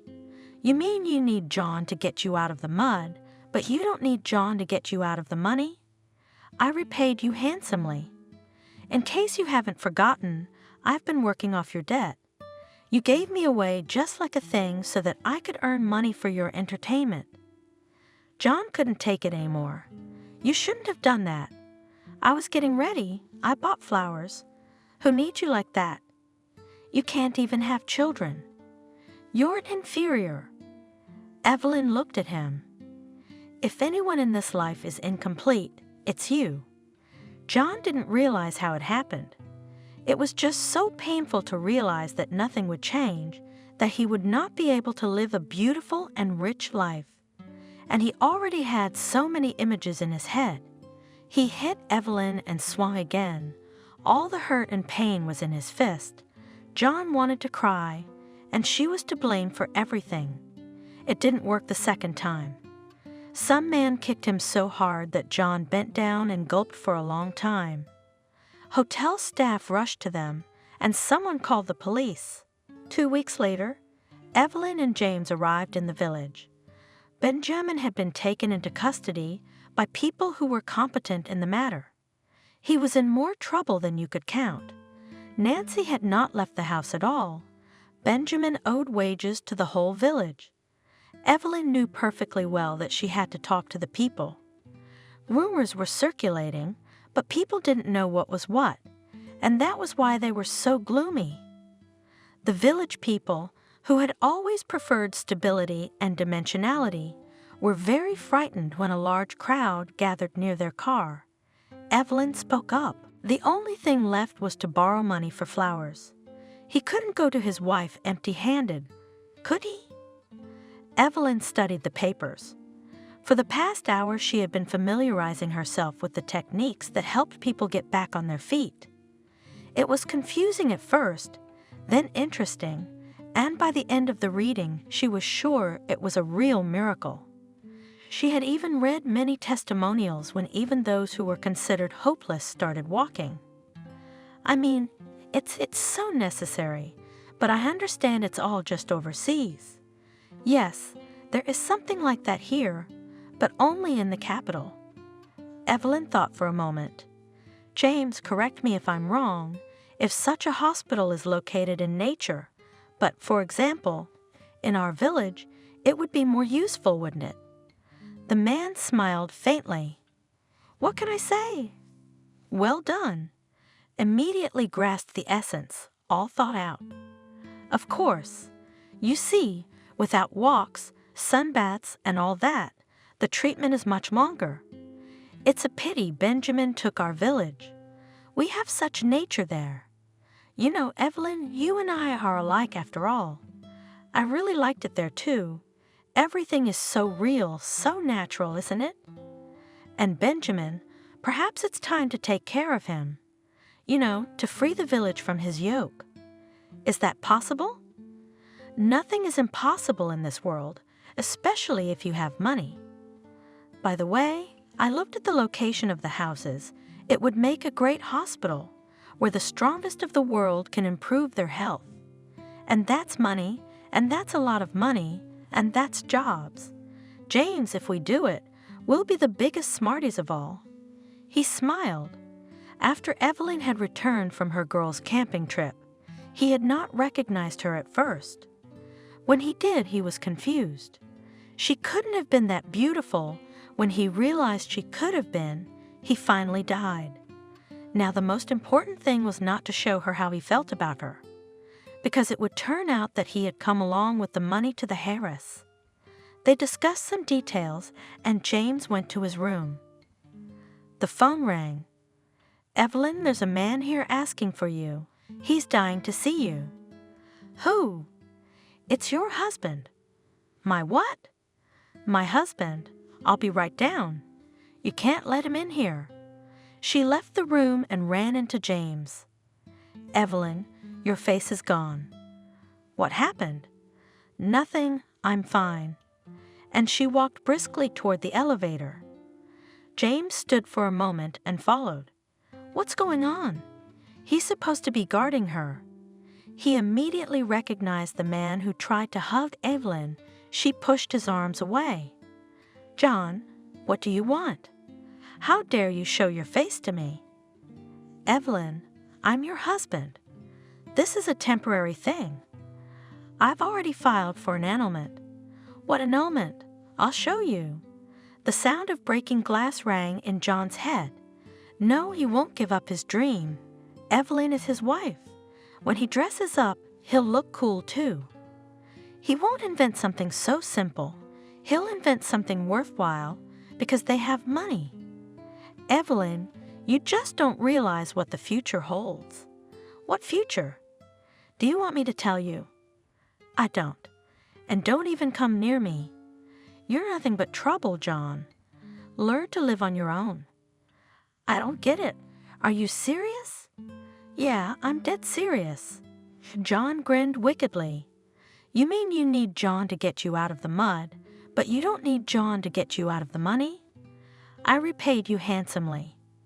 In case you haven't forgotten, I've been working off your debt. You gave me away just like a thing so that I could earn money for your entertainment. John couldn't take it anymore. You shouldn't have done that. I was getting ready. I bought flowers. Who needs you like that? You can't even have children. You're an inferior. Evelyn looked at him. If anyone in this life is incomplete, it's you. John didn't realize how it happened.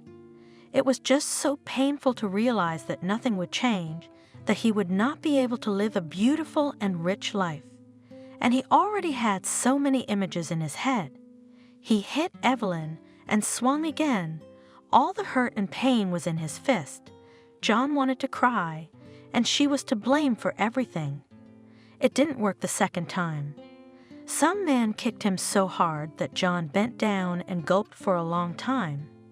Hotel staff rushed to them, and someone called the police. 2 weeks later, Evelyn and James arrived in the village. Benjamin had been taken into custody by people who were competent in the matter. He was in more trouble than you could count. Nancy had not left the house at all. Benjamin owed wages to the whole village. Evelyn knew perfectly well that she had to talk to the people. Rumors were circulating, but people didn't know what was what, and that was why they were so gloomy. The village people, who had always preferred stability and dimensionality, were very frightened when a large crowd gathered near their car. Evelyn spoke up. You all have known me since I was a little girl. I've never slacked off, never did a bad thing. And most importantly, I loved our village. I'll answer the most important questions right away. Yes, I received an inheritance. Yes, I bought back from Benjamin everything he had bought here. The crowd erupted in amazement. Wow, so now you're going to put up a factory too? Evelyn smiled. No, I wanted to consult with you. The people waited tensely. She handed out little books to everyone about the technique for the sick and told them at the same time. We can save all the nature, make a name for ourselves, make a lot of jobs. If you all say no, nothing will happen. I promise you. There was no arguing. Grandfather Mason, who was the oldest in the village, came out to the people and said, I think we can trust Evelyn.